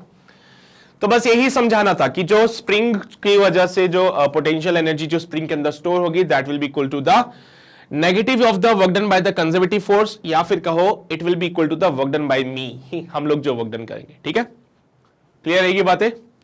चलिए भाई, नोट कर लिया ना तुम लोगों ने ये बात? नोट तो कर ही लिया होगा तुम लोगों ने। आगे बढ़ते हैं, अगले पार्ट पे आ जाते हैं। अब relation between the conservative force and the position. देखो भाई, कंजर्वेटिव फोर्स फील्ड और पोटेंशियल एनर्जी के बीच में जो रिलेशन हमें बताना है वो कितना होता है, आओ देख लेते हैं। अगर मैं बात करूं कंजर्वेटिव फोर्स फील्ड की, तो हम जानते हैं एक रिलेशन होता है F इक्वल्स टू माइनस का du बाई dx। कहां से आया रिलेशन वो भी बता देता हूं। अभी तुमने बोला that potential energy equals to negative of the work done by the conservative force. Potential energy is equals to negative of the work done by the conservative force. Small change के लिए बात करें तो स्मॉल चेंज के लिए du आ जाएगा, it will be equals to minus का dwc, यानी कि work done by the small work done by the conservative force. ये होता है small work done by conservative force, small work done by conservative force. और ये क्या है? स्मॉल एनर्जी जो कि स्टोर हो रही है। तो du को लिखोगे माइनस का कंजर्वेटिव फोर्स डॉट dr, तो यहां पे F कंजर्वेटिव फोर्स को लिखोगे माइनस का du बाई dr। तो ये रिलेशन आता है between the conservative force and the potential energy. So well, this is the relation between the conservative force and the potential energy. यहां से आप ध्यान रखना, अगर मैं ये तो स्मॉल चेंजेस के लिए हुई है बात है ना, ये पूरी कहानी हमने डिफाइन की है स्मॉल चेंजेस के लिए। अगर मैं बात करता हूं बड़े चेंजेस के लिए, तो कंजर्वेटिव फोर्स की वजह से जो वर्क डन आएगा माइनस का delta U by delta R लिख देना उसको, माइनस का delta U by delta R is the work relation between, ये एक बड़े स्मॉल चेंजेस के लिए वो रिलेशन है, बिग चेंजेस के लिए ये वाला रिलेशन आपके पास आ जाएगा।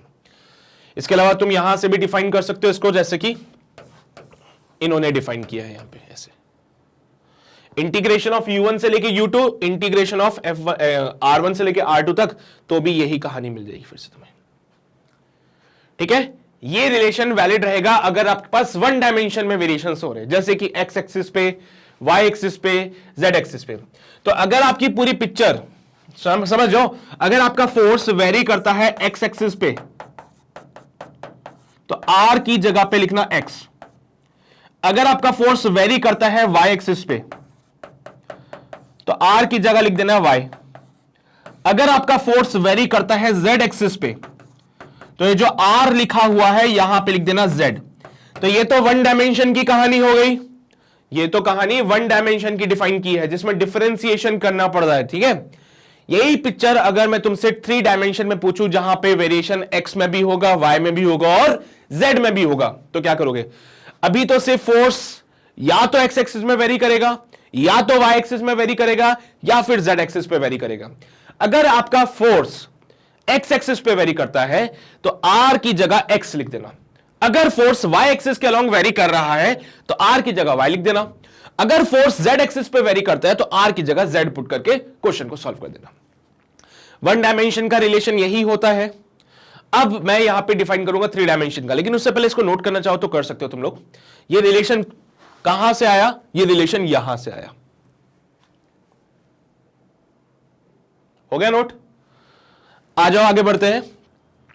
थ्री डायमेंशन के लिए यहां पे हम एक टर्म यूज करते हैं which is nothing but the grade और द डेल। अगर मेरा फोर्स वेरी करता है एक्स एक्सिस पे भी, वाई पे भी और जेड पे भी, हमारा फोर्स ऐसा है जो कि एक्स एक्सिस पे भी वेरी करता है, वाई पे भी वेरी करता है, जेड पे भी करता है, यानी कि थ्री डायमेंशन की कहानी आ चुकी है, 3D की कहानी आ चुकी है। उस केस में जो फोर्स होता है वो होता है माइनस का del u by del x i cap. Vector form में लिखना चाहो तो माइनस का del u by del y j cap minus का del u by del z k cap. देखो भाई, ये एक होता है डी, जिसका मतलब होता है डिफरेंशिएशन। जब आप ये डी लिखते थे इसका मतलब होता था डिफरेंशिएशन। जब आप ऐसे डेल लिखोगे इसका मतलब होता है पार्शियल डिफरेंशिएशन। पार्शियल डिफरेंशिएशन क्या है भाई? पार्शियल डिफरेंशिएशन का मतलब यह है कि जब आप x को सॉल्व करोगे, तो y और x आपके कांस्टेंट हो जाएंगे। समझ गए बात को? पहले क्या होता था? पहले जब आप सॉल्व करते थे तो x का, y का और z का डिफरेंशिएशन करते थे, फिर dy बाई dx कर देते थे, dz बाई dx कर देते थे इसको। इस बार ऐसी कहानी नहीं है। अगर आप x के लिए सॉल्व कर रहे हो तो आपके लिए y और z कांस्टेंट है, जीरो कर देना उसका डिफरेंशिएशन करते ही, ठीक है? इनको बाहर निकाल के फेंक देना। जब आप, पहले क्या होता था, अगर आपके पास इक्वेशन आती थी x y z वाली तो आप तीनों के लिए डिफरेंशिएशन करते थे, लेकिन इस बार ऐसी कहानी नहीं रहेगी। इस बार अगर ऐसा कुछ आता है तो ध्यान रखना, x के लिए सॉल्व करोगे तो y का और z को कांस्टेंट मान लेना, y का डिफरेंशिएशन करोगे तो x और z कांस्टेंट मान के उसको हटा देना, z का डिफरेंशिएशन करोगे तो x और y को कांस्टेंट मान के उसको बाहर फेंक देना। यह होता है पार्शियल डेरिवेटिव। पार्शियल डेरिवेटिव मतलब पार्शियलिटी कर रहे हैं। हम सिर्फ x का करेंगे, y और z हमारे लिए कोई मैटर नहीं करते।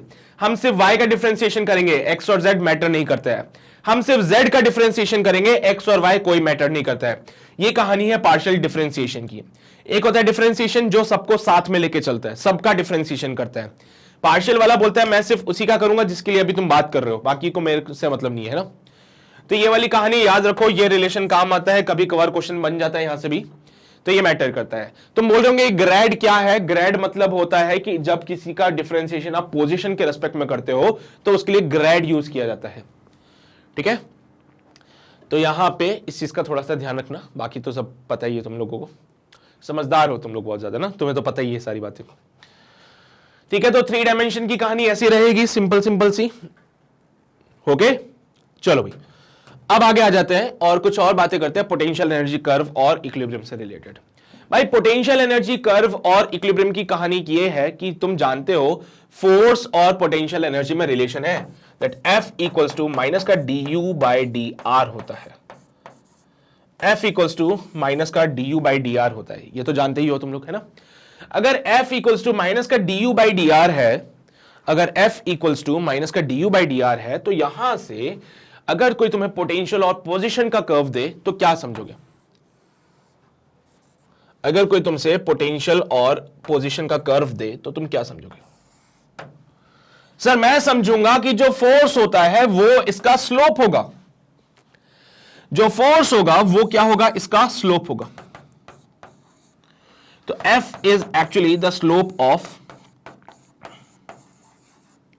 UR। पोजीशन और पोटेंशियल एनर्जी और पोजीशन के कर्व का स्लोप जो होता है वो फोर्स होता है ना भाई? F equals to du by dr। तो ये तो समझ गए तुम लोग। इसी चीज को हम यूज करते हैं और अपने ग्राफ में आ जाते हैं। इस ग्राफ में तुम देखोगे तो मैंने कुछ पॉइंट्स मार्क कर रखे हैं, point number A, point B, point C, point D। मैं इनमें से 3 पॉइंट्स को ज्यादा फोकस करूंगा, एक तो B को, एक C को और एक D को। चलो सबको कर लेते हैं, ठीक है? पहली बात तो मुझे बताओ कहां कहां फोर्स जीरो होने की संभावनाएं हैं। ए बी सी डी कहां कहां फोर्स जीरो होने की चांसेस है? यहां पे स्लोप बनाओगे, यहां पे फोर्स जीरो नहीं होगा। यहां पे स्लोप बनाओगे, यहां पे फोर्स जीरो हो जाएगा क्योंकि हॉरिजॉन्टल है, parallel to the X axis. यहां पे स्लोप बनाओगे तो यहां पे भी फोर्स जीरो है क्योंकि this is also horizontal, parallel to the X axis. यहां पे भी स्लोप जीरो होगा। मतलब बी सी और डी ऐसे पॉइंट्स है जहां पे फोर्स जीरो आ रहा है, उसके अलावा कहीं और कोई फोर्स जीरो नहीं दिखेगा। मतलब कि बी पॉइंट, सी पॉइंट और डी पॉइंट पे फोर्सेस मुझे जीरो मिलते हैं, रिमेनिंग पॉइंट पे फोर्स जीरो नहीं मिल रहा है। ऐसे पॉइंट्स जहां पे फोर्स जीरो होता है, ऐसे पॉइंट्स जहां पे फोर्स जीरो होता है, ऐसे पॉइंट्स को बोलते हैं इक्विलिब्रियम वाले पॉइंट्स। ठीक है, जहां जहां फोर्स जीरो होता है वहां वहां होता है इक्विलिब्रियम।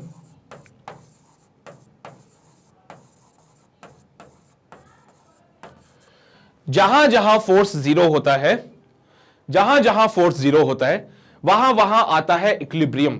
यानी कि बी पॉइंट, सी पॉइंट और डी पॉइंट, बी सी और डी ये हमारे कौन से पॉइंट्स हैं? इक्विलिब्रियम वाले पॉइंट्स हैं। ठीक है, ये कौन से पॉइंट्स होंगे? इक्विलिब्रियम वाले पॉइंट्स होंगे। इक्विलिब्रियम पॉइंट्स पे फोर्स जीरो है, तो फोर्स जीरो होने का मतलब है कि क्या बोले? फोर्स जीरो है तो इक्विलिब्रियम वाला पॉइंट है। इससे क्या समझते हो इक्विलिब्रियम की कहानी? हाँ, आ जाओ। इक्विलिब्रियम को मैं तुम्हें समझाना चाहता हूं, मैं बोलना चाहता हूं कि जब हम इक्विलिब्रियम को डिफाइन करते हैं तो मेरे पास तीन टाइप के इक्विलिब्रियम आते हैं। एक होता है स्टेबल इक्विलिब्रियम, एक होता है अनस्टेबल इक्विलिब्रियम और एक होता है न्यूट्रल इक्विलिब्रियम। सो तीन टाइप के इक्विलिब्रियम्स मुझे मिलते हैं। पहला होता है स्टेबल इक्विलिब्रियम, दूसरा होता है अनस्टेबल और तीसरा होता है न्यूट्रल। बहुत सिंपल अप्रोच है इसको समझने की। आप इसको जरा गौर फरमा के देखना बी पॉइंट को। तो बी पॉइंट कुछ इस टाइप से बना हुआ है आपका, यहां पे बी पॉइंट है। बी पॉइंट कुछ इस टाइप से। इस बी पॉइंट पे अगर आपने एक बॉल को रख दिया और इस बॉल को डिस्प्लेस करा दिया ऊपर की तरफ, इस बी पॉइंट पे जरा फोकस करना और देखना यहां पे एक बॉल है, बॉल को ऊपर की तरफ डिस्प्लेस करा दिया और यहां पे लाके छोड़ दिया। यहां पे लाके छोड़ दिया, क्या होगा? सर बॉल जो है ऊपर चली जाएगी, ऐसा हो सकता है क्या? नहीं, बॉल वापस आएगी नीचे और इधर से घूम फिर के फाइनली वो बी पॉइंट पे आके रुक जाएगी। चलो दूसरी जगह ले जाके देखते हैं। यहां पे ले जाके देखा तो यहां पे भी सेम कंडीशन, बॉल ऊपर नहीं जा रही है, बॉल वापस आती है और फिर से बी पे आके रुक जाती है। तो मतलब आपने इसको इक्विलिब्रियम से डिस्टर्ब किया, आपने इसको इक्विलिब्रियम से डिस्टर्ब किया और जैसे ही आपने इसको इक्विलिब्रियम से डिस्टर्ब किया वो वापस अपने इक्विलिब्रियम में आ गया। जैसे आपने इसको इक्विलिब्रियम से डिस्टर्ब किया वो वापस अपने इक्विलिब्रियम पोजीशन पे आ गया। Such kind of equilibrium are known as the stable equilibrium. ऐसे इक्विलिब्रियम को कहते हैं स्टेबल इक्विलिब्रियम। यहां पे जो पोटेंशियल एनर्जी होती है वो मिनिमम होती है, जैसा कि तुम ग्राफ में देख सकते हो। At the B point the potential energy will be minimum. B point पे पोटेंशियल एनर्जी मिनिमम है। तो ऐसे इक्विलिब्रियम जहां पे पोटेंशियल एनर्जी मिनिमम होते हैं उनको बोलते हैं स्टेबल इक्विलिब्रियम। देखो भाई, मिनिमा मैक्सिमा की कंडीशन बहुत सिंपल होती है, आपको सिर्फ ये चेक करना है du by dr करके। ठीक है, du by dr करके देख लीजिए, उसके बाद कुछ और स्पेसिफिक कंडीशंस होती है वो डिफाइन करनी जरूरी है, आप उससे चेक कर सकते हो। ठीक है, अब अगला पार्ट आता है सी पॉइंट पे। तो पहले इसको नोट कर लीजिए, फिर मैं सी की कहानी भी बता देता हूं, सी पे कैसा वाला इक्विलिब्रियम बनेगा। इसको नोट कर लीजिए पहले तो, कर लिया? चलो भाई सी पॉइंट पे देखते हैं कहानी क्या बनती है। सी पॉइंट को अगर गौर फरमा के देखेंगे तो आई फाइंड कि यार सी पॉइंट कुछ ऐसा बन रहा है। तो अगर सी पॉइंट ऐसा बन रहा है तो सी पॉइंट पे एक बॉल रख दी लाके, डिस्प्लेस करा दिया इसको। जैसे ही मैंने इसको डिस्प्लेस कराया मैंने देखा ये वापस आ रही है। अरे वापस आएगी क्या? नहीं ना, नहीं, ये आगे पड़ी जाएगी। चलो ठीक है, चली गई बेचारी। मैंने एक और बॉल रखी, एक और बॉल रख के इधर की तरफ डिस्प्लेस कराया इसको, तो देखा कि अब ये वापस आ गई। अरे वापस तो नहीं आएगी ना ये, नहीं, ये और आगे चली गई। मतलब कि ऐसे केसेस, ऐसे इक्विलिब्रियम पोजीशंस जहां पे मैंने थोड़ा सा ऐसे इक्विलिब्रियम पोजीशन जहां से मैंने थोड़ा सा डिस्टरबेंस दे दिया, डिस्टरबेंस मतलब थोड़ा सा इधर खिसका दो या इधर खिसका दो, तो वो हमेशा अपने इक्विलिब्रियम को छोड़ के चला जाएगा। ऐसे इक्विलिब्रियम पोजीशन जहां पे थोड़ा सा डिस्टरबेंस देने से वो अपनी इक्विलिब्रियम पोजीशन को छोड़ दे, उनको बोलते हैं अनस्टेबल इक्विलिब्रियम। तो सी पॉइंट पे आपको क्या मिलेगा? Unstable equilibrium. सी पॉइंट पे आपको क्या मिलेगा? Unstable equilibrium. सी पॉइंट पे आप देख सकते हो पोटेंशियल एनर्जी मैक्सिमम है। मैं सिर्फ इक्विलिब्रियम पॉइंट्स की बात कर रहा हूं और किसी पॉइंट की बात नहीं कर रहा हूं। ये मत बोलना कि सर ए की एनर्जी और ज्यादा है। तुम बोलोगे ना सर ए की पोटेंशियल एनर्जी ज्यादा है, मैं ए को नहीं डील कर रहा हूं क्योंकि अब ए पे इक्विलिब्रियम पॉइंट नहीं है।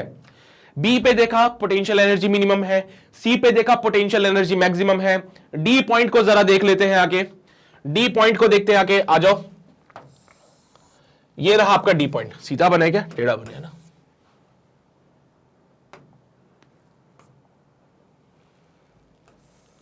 एक मिनट रुको।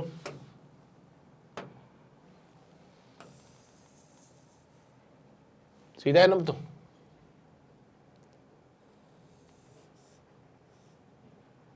ठीक है, समझ जाना बस। हाँ, अब यहां पे ये रहा मेरा सी पॉइंट। सी पॉइंट पे कोई पार्टिकल को रख देते हैं। रख दिया भाई पार्टिकल को। हमने बोला ठीक है भाई ये इक्विलिब्रियम पे है, थोड़ा सा डिस्प्लेस करा, आगे गया। अब ना तो ये वापस आया ना तो ये आगे गया, इसने एक नया इक्विलिब्रियम पॉइंट बना लिया। इसने क्या किया? एक नया इक्विलिब्रियम पॉइंट बना लिया। So this is your new equilibrium position. तो भाई ऐसे टाइप का इक्विलिब्रियम जहां से बॉडी को डिस्प्लेस करोगे तो वो एक नया इक्विलिब्रियम पॉइंट बना लेगा। इनको बोलते हैं न्यूट्रल इक्विलिब्रियम। न्यूट्रल इक्विलिब्रियम, इनको क्या बोलोगे? Neutral equilibrium. तो सी पॉइंट पे आपको क्या मिलता है? न्यूट्रल इक्विलिब्रियम मिलता है, क्योंकि बॉडी को आप कहीं पे भी डिस्प्लेस कर दीजिए वो एक नया पोजीशन बना लेंगे इक्विलिब्रियम का। या तो आप इधर भेज दो तो नया इक्विलिब्रियम पोजीशन बनाएगा, इधर भेजोगे तो नया इक्विलिब्रियम पोजीशन बना लेता है। ना तो ये छोड़ के जाएगा ना ये वापस आएगा, ये एक नया इक्विलिब्रियम पोजीशन बना लेगा। तो ऐसे को कहते हैं न्यूट्रल इक्विलिब्रियम। तो ये रही कहानी न्यूट्रल इक्विलिब्रियम की। तो सी और डी पॉइंट पे देख लीजिए, जो डी पॉइंट पे आपको पोटेंशियल एनर्जी मिलेगा वो सी से भी कम है। डी पॉइंट पे जो पोटेंशियल एनर्जी मिलेगा सी से कम है, इसलिए मैंने बोला सी पॉइंट पे सबसे ज्यादा पोटेंशियल एनर्जी, फिर उससे कम डी पे, फिर उससे कम कहां पे? बी पे। ठीक है, तो नोट करना चाहो तो नोट कर सकते हो इक्विलिब्रियम पोजीशन की कहानी। ये वाला पार्ट नोट कर लिया था, इसको नोट कर लो जल्दी से। हो गया? बढ़े आगे? पक्का? आ जाओ भाई।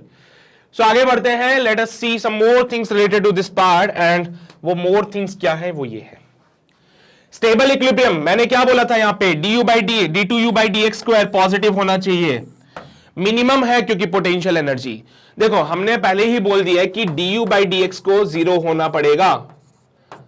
du by dr ले लो, du by dx बोल लो, कुछ भी बोलो, वन डायमेंशन की बात करो तो ही हमारे पास स्टेबल इक्विलिब्रियम तो हमारे पास क्या आता है? इक्विलिब्रियम पोजीशन आती है। If du by dx is 0 तो मेरे पास आती है इक्विलिब्रियम पोजीशन, और इसी इक्विलिब्रियम पोजीशन में हमें चाहिए स्टेबल वाली। तो इसका फर्दर डिफरेंशिएशन कर दीजिए, इसका फर्दर डिफरेंशिएशन कर दीजिए। अगर ये पॉजिटिव मिलता है तो ये कहलाएगा स्टेबल। यहां पे पोटेंशियल एनर्जी जो होती है वो होती है मिनिमम। पता है ना ये बात? तो पोटेंशियल एनर्जी मिनिमम होती है यहां पे। तो ये तो सिंपल सी बात है स्टेबल इक्विलिब्रियम की, पता ही तुम्हें। du by dr 0 होता है तो इक्विलिब्रियम होता है, लेकिन अगर इसका और ज्यादा डिफरेंशिएशन कर दो और वो वैल्यू अगर पॉजिटिव मिल जाए तो वो स्टेबल इक्विलिब्रियम कहलाता है। क्या कहलाएगा वो? Stable equilibrium. और यहां पे पोटेंशियल एनर्जी मिनिमम होती है। ठीक है, ये वाला पार्ट नोट कर लेना, इंपॉर्टेंट है। ये इंपॉर्टेंट है। कैसे पता लगाओगे कि स्टेबल इक्विलिब्रियम है या नहीं है? तो एक बार डिफरेंशिएशन 0, एक बार डिफरेंशिएशन करो, अगर 0 मिल गया तो वो इक्विलिब्रियम पोजीशन है। फिर से डिफरेंशिएशन करके देखो, अगर पॉजिटिव वैल्यू मिलती है तो वहां पे आप समझ जाना कि वो स्टेबल इक्विलिब्रियम है। समझ लो, पहले एक बार डिफरेंशिएशन करके 0 कर देना, पहले एक बार डिफरेंशिएशन करके 0 कर देना, आपको वो पॉइंट मिल जाएंगे जहां पे इक्विलिब्रियम था। एक बार डिफरेंशिएशन करके 0 कर देना, वो पॉइंट मिल जाएंगे जहां पे इक्विलिब्रियम है।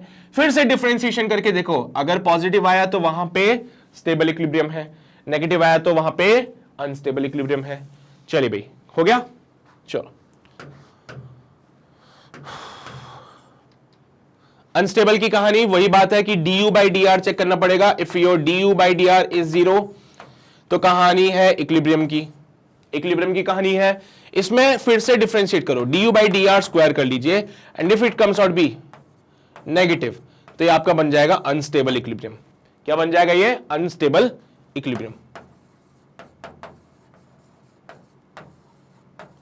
यहां पे u जो होगा वो मैक्सिमम होगा, यहां पे u मैक्सिमम होगा।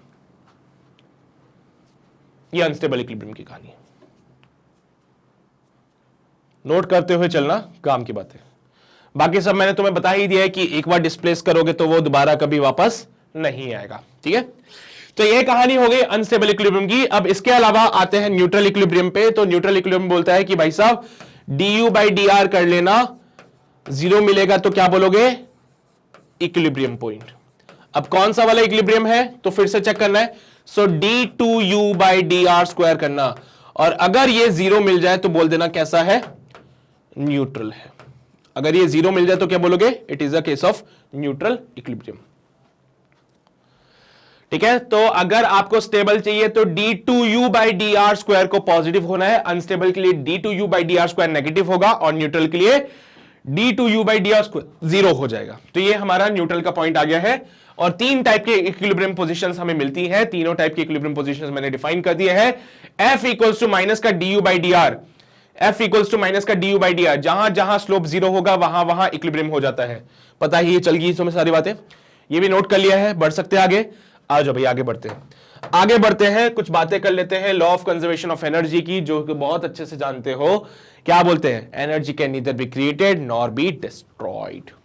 ना तो एनर्जी को बना सकते हो ना एनर्जी को डिस्ट्रॉय कर सकते हो, एनर्जी को एक फॉर्म से दूसरे फॉर्म में कन्वर्ट कर सकते हैं। उसी के बारे में चर्चा करेंगे हम लोग। लेकिन हां, यह चीज तभी लगाना जब कंजर्वेटिव फोर्स काम कर रहा हो। ये law of conservation of energy तभी लगाना जब कंजर्वेटिव फोर्सेस काम करते हैं। तो भाई ध्यान से सुना, we know better from the work energy theorem that the work done by the conservative forces plus work done by the non-conservative forces plus work done by the other forces equals to change in kinetic energy। होता है ना? होता है कि नहीं होता है? बोलो। ये माइनस का क्यों आ गया? ठीक है, तो जो work done by the conservative forces होता है, work done by the non conservative forces होता है, work done by the other forces is equals to change in kinetic energy। This is from the work energy theorem। work energy theorem से ये बात हमें पता थी। work done by the conservative forces जो होता है it will be your minus का delta u। work done by the conservative forces जो होता है वो माइनस का डेल्टा u होता है। तो माइनस का डेल्टा u उठा के फेंक देना इस वाली इक्वेशन में। सो माइनस का डेल्टा u प्लस का work done by the non conservative forces plus work done by the other forces equals to change in kinetic energy। So from here I must say that the work done by the non-conservative forces plus work done by the other forces is equals to delta KE plus delta U। If only conservative forces act on the system, अगर सिर्फ और सिर्फ, बहुत important line लिखी है ये, अगर सिर्फ और सिर्फ कंजर्वेटिव फोर्सेस ही काम करेंगे तो नॉन कंजर्वेटिव फोर्सेस का वर्क डन 0, अदर फोर्सेस का वर्क डन 0 हो जाता है। अगर सिर्फ और सिर्फ कंजर्वेटिव फोर्सेस काम करेंगे तो यहां पे जो नॉन कंजर्वेटिव फोर्सेस थे और जो अदर फोर्सेस थे उनका वर्क डन 0 हो गया। तो यहां पे delta K plus delta U equals to 0। Delta K plus delta U 0 की कहानी क्या बोलती है? क्या बोलेगी कि final minus initial of the kinetic energy plus final minus initial of the potential energy equals to 0। तो यहां से क्या आएगा? Initial kinetic energy plus potential energy बराबर है final kinetic energy plus potential energy के। तो इसको नोट कर लीजिए, फिर आगे बढ़ते हैं हम लोग। समझ गए ना बात को? अरे इसको ऐसे लिख सकते हो ना, kinetic energy final minus kinetic energy initial plus, इसको लिखेंगे potential energy final minus potential energy initial equals to 0। ऐसे ऐसा करके लिखोगे ना। डेल्टा यू क्या है? Change in potential energy. Delta क्या है? Change in kinetic energy. Change मतलब फाइनल माइनस इनिशियल। तो इनिशियल वालों को दबेच दो या फिर ऐसा कर लो, तो यहां पे मिलेगा kinetic energy initial plus potential energy initial is equals to kinetic energy final plus potential energy final. लीजिए भाई, ये है कहानी। समझ आई बात? पक्का समझ आई बात? कोई दिक्कत तो नहीं है इसमें? तो ये थी कहानी आपके पास में वर्क एनर्जी थ्योरम की। बट एक बात साफ है कि वर्क एनर्जी थ्योरम तभी लग सकता है if only conservative forces act on the system.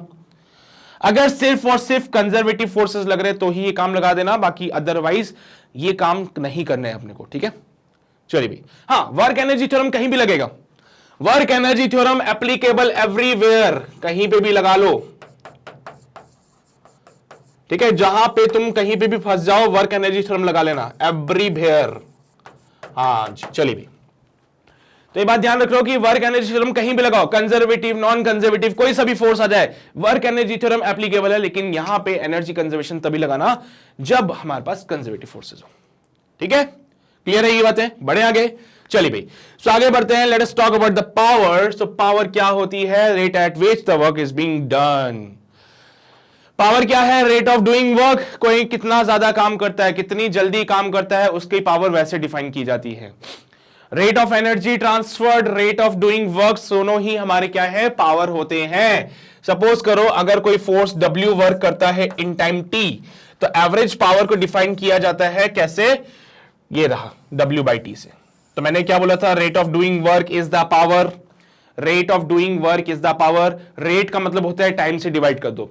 Rate का मतलब होता है टाइम से डिवाइड कर दो। तो पावर को लिखोगे वर्क अपॉन टाइम, पावर को लिखोगे वर्क अपॉन टाइम, पावर को क्या लिखा जाएगा? वर्क अपॉन टाइम लिखा जाएगा। तो ये होगी पावर की कहानी। एवरेज पावर ये हो जाता है। फिर इंस्टेंटेनियस पावर आता है, वो अलग पिक्चर चलती है, ठीक है। इसको और कैसे लिख सकते हो? वर्क डन होता है change in kinetic energy, work done होता है चेंज इन काइनेटिक एनर्जी। तो यहां पे ये काम भी कर सकते हो आप लोग। वर्क डन होता है चेंज इन काइनेटिक एनर्जी, तो power equals to change in kinetic energy upon time लिख सकते हो, कोई दिक्कत वाली बात नहीं है, यहां पे चलेगा ये भी बिल्कुल, हाँ बिल्कुल दौड़ेगा, ठीक है। तो पावर की कहानी है, सिंपल सिंपल सी है, समझ आ रही होगी तुम लोगों को, है ना। चलिए भी, तो आगे बढ़े क्या? आ जाओ आगे बढ़ते हैं, अगले पार्ट पे आ जाते हैं। अगला पार्ट, जैसा कि मैंने कहा कि भाई अगर कोई सेम अमाउंट ऑफ वर्क करता है लेकिन अलग अलग टाइम लेता है तो उनकी पावर अलग अलग हो जाती है।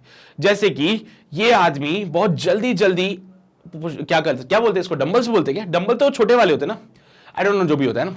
ये आदमी बहुत जल्दी जल्दी वेट उठा रहा है लेकिन वो टाइम लगा रहा है वेट उठाने में। ये आदमी जल्दी जल्दी काम कर रहा है, जल्दी जल्दी वेट उठा रहा है, वो टाइम लगा रहा है ना। तो इसका पावर ज्यादा होगा ना। हाँ, इसका पावर ज्यादा है, कम टाइम लगा रहा है वो काम करने में, वो काम करने में ज्यादा टाइम लगा रहा है।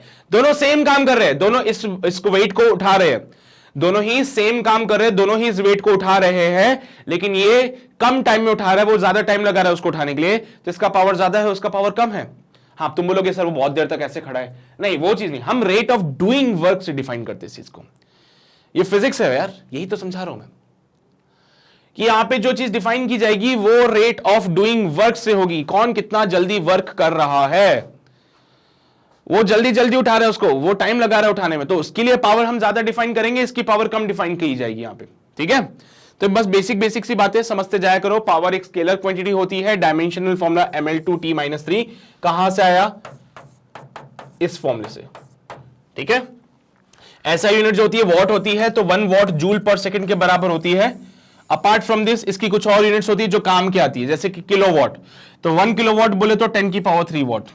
अगर वो 1 हॉर्स पावर, इंजन के लिए जो पावर का यूनिट यूज किया जाता है, it is your horse power, ये होता है 746 वॉट के बराबर।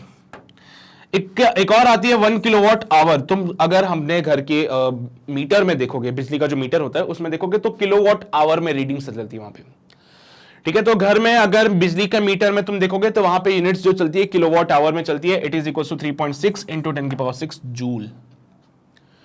तो किलोवाट आवर्स को जूल में कन्वर्ट कर सकते हो ऐसे, यहां पे आवर्स है ना, तो इसको कन्वर्जन सिंपली डिफाइन कर सकते हो, ठीक है जी।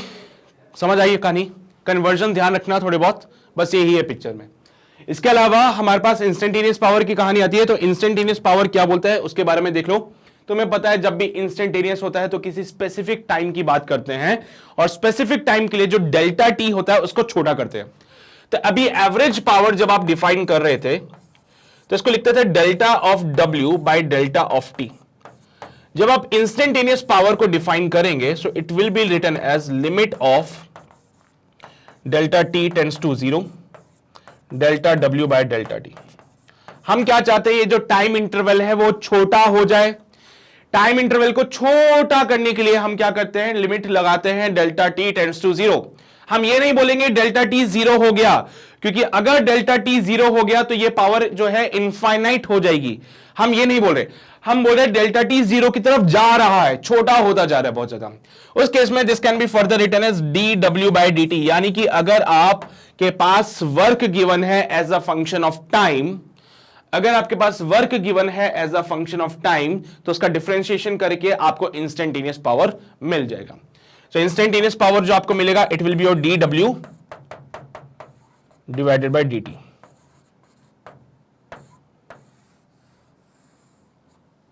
क्या बन जाएगा, डी डब्ल्यू बाय डी टी बन जाएगा, डी डब्ल्यू बाय डी टी बन जाएगा। यह है बात, ध्यान रखिए। अब कहानी सिंपल है ना बहुत ज्यादा पावर की। सो पावर क्या होता है, it is nothing but the rate of doing work, या फिर अब वर्क डन को लिखोगे चेंज इन काइनेटिक एनर्जी, तो delta kinetic energy upon delta T भी कर सकते हो आप इसको। वो एवरेज पावर डिफाइन की हमने। इंस्टेंटेनियस के लिए आपको डिफरेंशिएशन करना है तो D kinetic energy by D भी लिख सकते हो। अगर आपके पास काइनेटिक एनर्जी या फिर आपके पास एनर्जी दे रखी है as a function of time, तो आप उसको इंस्टेंटेनियस पावर भी फाइंड आउट कर सकते हो। ठीक है, तो इसको नोट कर लीजिए, फिर आगे बढ़ते हैं इंस्टेंटेनियस पावर की वैल्यू को। कर लिया नोट, पक्का? बढ़े आगे, आ जाओ आगे बढ़ते हैं। Let us see about the power of a constant force. तो मैंने क्या बोला कि हम जानते हैं W को क्या लिखते थे आप, F डॉट डी आर। अगर कांस्टेंट फोर्स की कहानी आएगी तो आप कैसे लिखोगे, F को बाहर निकाल दोगे इससे पावर के फॉर्मूले में, नहीं समझे? आओ बताते हैं। Power is equals to d डब्ल्यू बाई डी टी। अगर कांस्टेंट फोर्स की कहानी है तो पावर को लिखेंगे F डॉट, वर्क को लिखेंगे F dot D R by d T. ठीक है, F को लिखेंगे D R dot D T. अब देखो क्या हो रहा है कि इस चीज को लिखें तो कैसे लिखेंगे, वेक्टर फॉर्म में लिखे हो तो क्या लिखते हैं, F डॉट डी आर ऐसे। जरा फोर्स को बाहर निकाल के रखो तो F vector dot D R by d t बन जाएगा। ये D R by d T जो होता है वो होती है वेलोसिटी, तो पावर को F डॉट वी भी लिख सकते हो, या फिर इसको ऐसे लिखो F dot D are cos theta divided by d T. तो ये हो जाएगा F V cos theta, because D R by d T जो होता है वो वेलोसिटी होता है। D R by d T velocity होता है तो एफ वी कॉस थीटा भी लिख सकते हो या फिर एफ डॉट वी लिख सकते हो। दोनों फॉर्मूले वैलिड है, यानी कि ये फॉर्मूला आप तब लगाएंगे जब आपको फोर्स और वेलोसिटी का रिलेशन दे रखा हो, फोर्स और वेलोसिटी के बीच में एंगल दे रखा हो, तो भी ये काम कर सकते हो पावर से आप लोग। ठीक है, ध्यान रखिए बातें, इसको भी नोट कर लीजिए, इसको भी नोट कर लो जल्दी से। कर लिया नोट, बढ़े आगे, आ जाओ भाई। सो अब आगे बढ़ेंगे, अगले पार्ट पे आएंगे और एफिशिएंसी देखेंगे। एफिशिएंसी एक्चुअली क्या होता है, it is nothing but the work done divided by the input power, जो एनर्जी जो आपको दी हुई है। अब तुम्हें कोई दे दे कि भाई इतना तुम्हें काम करना है, उसके हिसाब से इतना ही एनर्जी तुम्हें दे दी। अब हर एक की आइडियली कोई भी एग्जिस्ट नहीं करता है, हर कोई हो, भले वो ह्यूमन बीइंग है, भले वो कोई मशीन है, वो कभी 100% काम नहीं कर पा सकता। अब हम पढ़ाई तो बहुत करते हैं, बहुत रेयरली होता है कि 100% आ जाए, बट इन एक्चुअल में 100% कभी भी कोई काम नहीं कर पाते हैं। सो किसी भी मशीन की बात कीजिए, वो कभी भी 100% काम नहीं कर सकती। आप एनर्जी पूरी देंगे उसको, एनर्जी का सप्लाई पूरा देंगे, लेकिन उससे वो कभी 100% काम नहीं कर सकती। जैसे अपनी बाइक है या अपनी स्कूटी है ना भाई, तो ऐसा तो होता नहीं ना कि सर हमने 100 रुपए का तेल डलवाया तो उससे बढ़िया एकदम 100 किलोमीटर, 1 लीटर में 100 किलोमीटर चलना चाहिए था उसका, नहीं चल पाती। 1 लीटर में 100 किलोमीटर नहीं चल पाती, 70-80 तक पहुंचाती है हमने, 80 किलोमीटर पर लीटर की कहानी पहुंचा दी हमने, लेकिन 100 तक नहीं पहुंचा पाते। तो वो वाली बात है, आपने एनर्जी पूरी सप्लाई करी, आपने एनर्जी का पूरा सप्लाई किया, लेकिन आपकी गाड़ी जो है वो पूरा वर्क नहीं कर पाती, क्योंकि जब आप वो एनर्जी का सप्लाई करते हो ना, तो ड्यूरिंग द वर्क कुछ एनर्जी का लॉस हो जाता है, जिसकी वजह से वो कंप्लीट यूटिलाइजेशन नहीं हो पाता है। एंड इसलिए हम किसी भी इंजन के लिए उसकी एफिशिएंसी को डिफाइन करते हैं। तो किसी भी इंजन की एफिशिएंसी क्या डिफाइन करती है कि आपके गिवन इनपुट पे किसी भी इंजन की एफिशिएंसी क्या डिफाइन करती है कि आपने जो एनर्जी का इनपुट दिया है उस पे उसने कितना वर्क डन किया है। सो एफिशिएंसी को कैसे डिफाइन करोगे? The ratio of the work done to the energy supplied. तो work done upon energy input, या फिर ऐसे लिख सकते हो एफिशिएंसी को आउटपुट अपॉन इनपुट। आपने जो इनपुट दिया है उसके हिसाब से उसने कितना आउटपुट दिया, आपने जो इनपुट सप्लाई किया है उसके हिसाब से उसने कितना आउटपुट दिया, वो उसकी एफिशिएंसी डिफाइन करती है। अगर कोई अच्छा आउटपुट दे देता है, अगर किसी ने अच्छा काम कर दिया तो उसकी एफिशिएंसी ज्यादा होती है। अगर कोई ज्यादा आउटपुट नहीं दे पाता है तो उसकी एफिशिएंसी कम हो जाती है फिर, है ना भाई। अगर किसी का आउटपुट ज्यादा है तो उसकी एफिशिएंसी ज्यादा, लेकिन अगर किसी का आउटपुट कम है तो आउटपुट ज्यादा है तो एफिशिएंसी ज्यादा, आउटपुट कम है तो एफिशिएंसी भी कम हो जाएगी।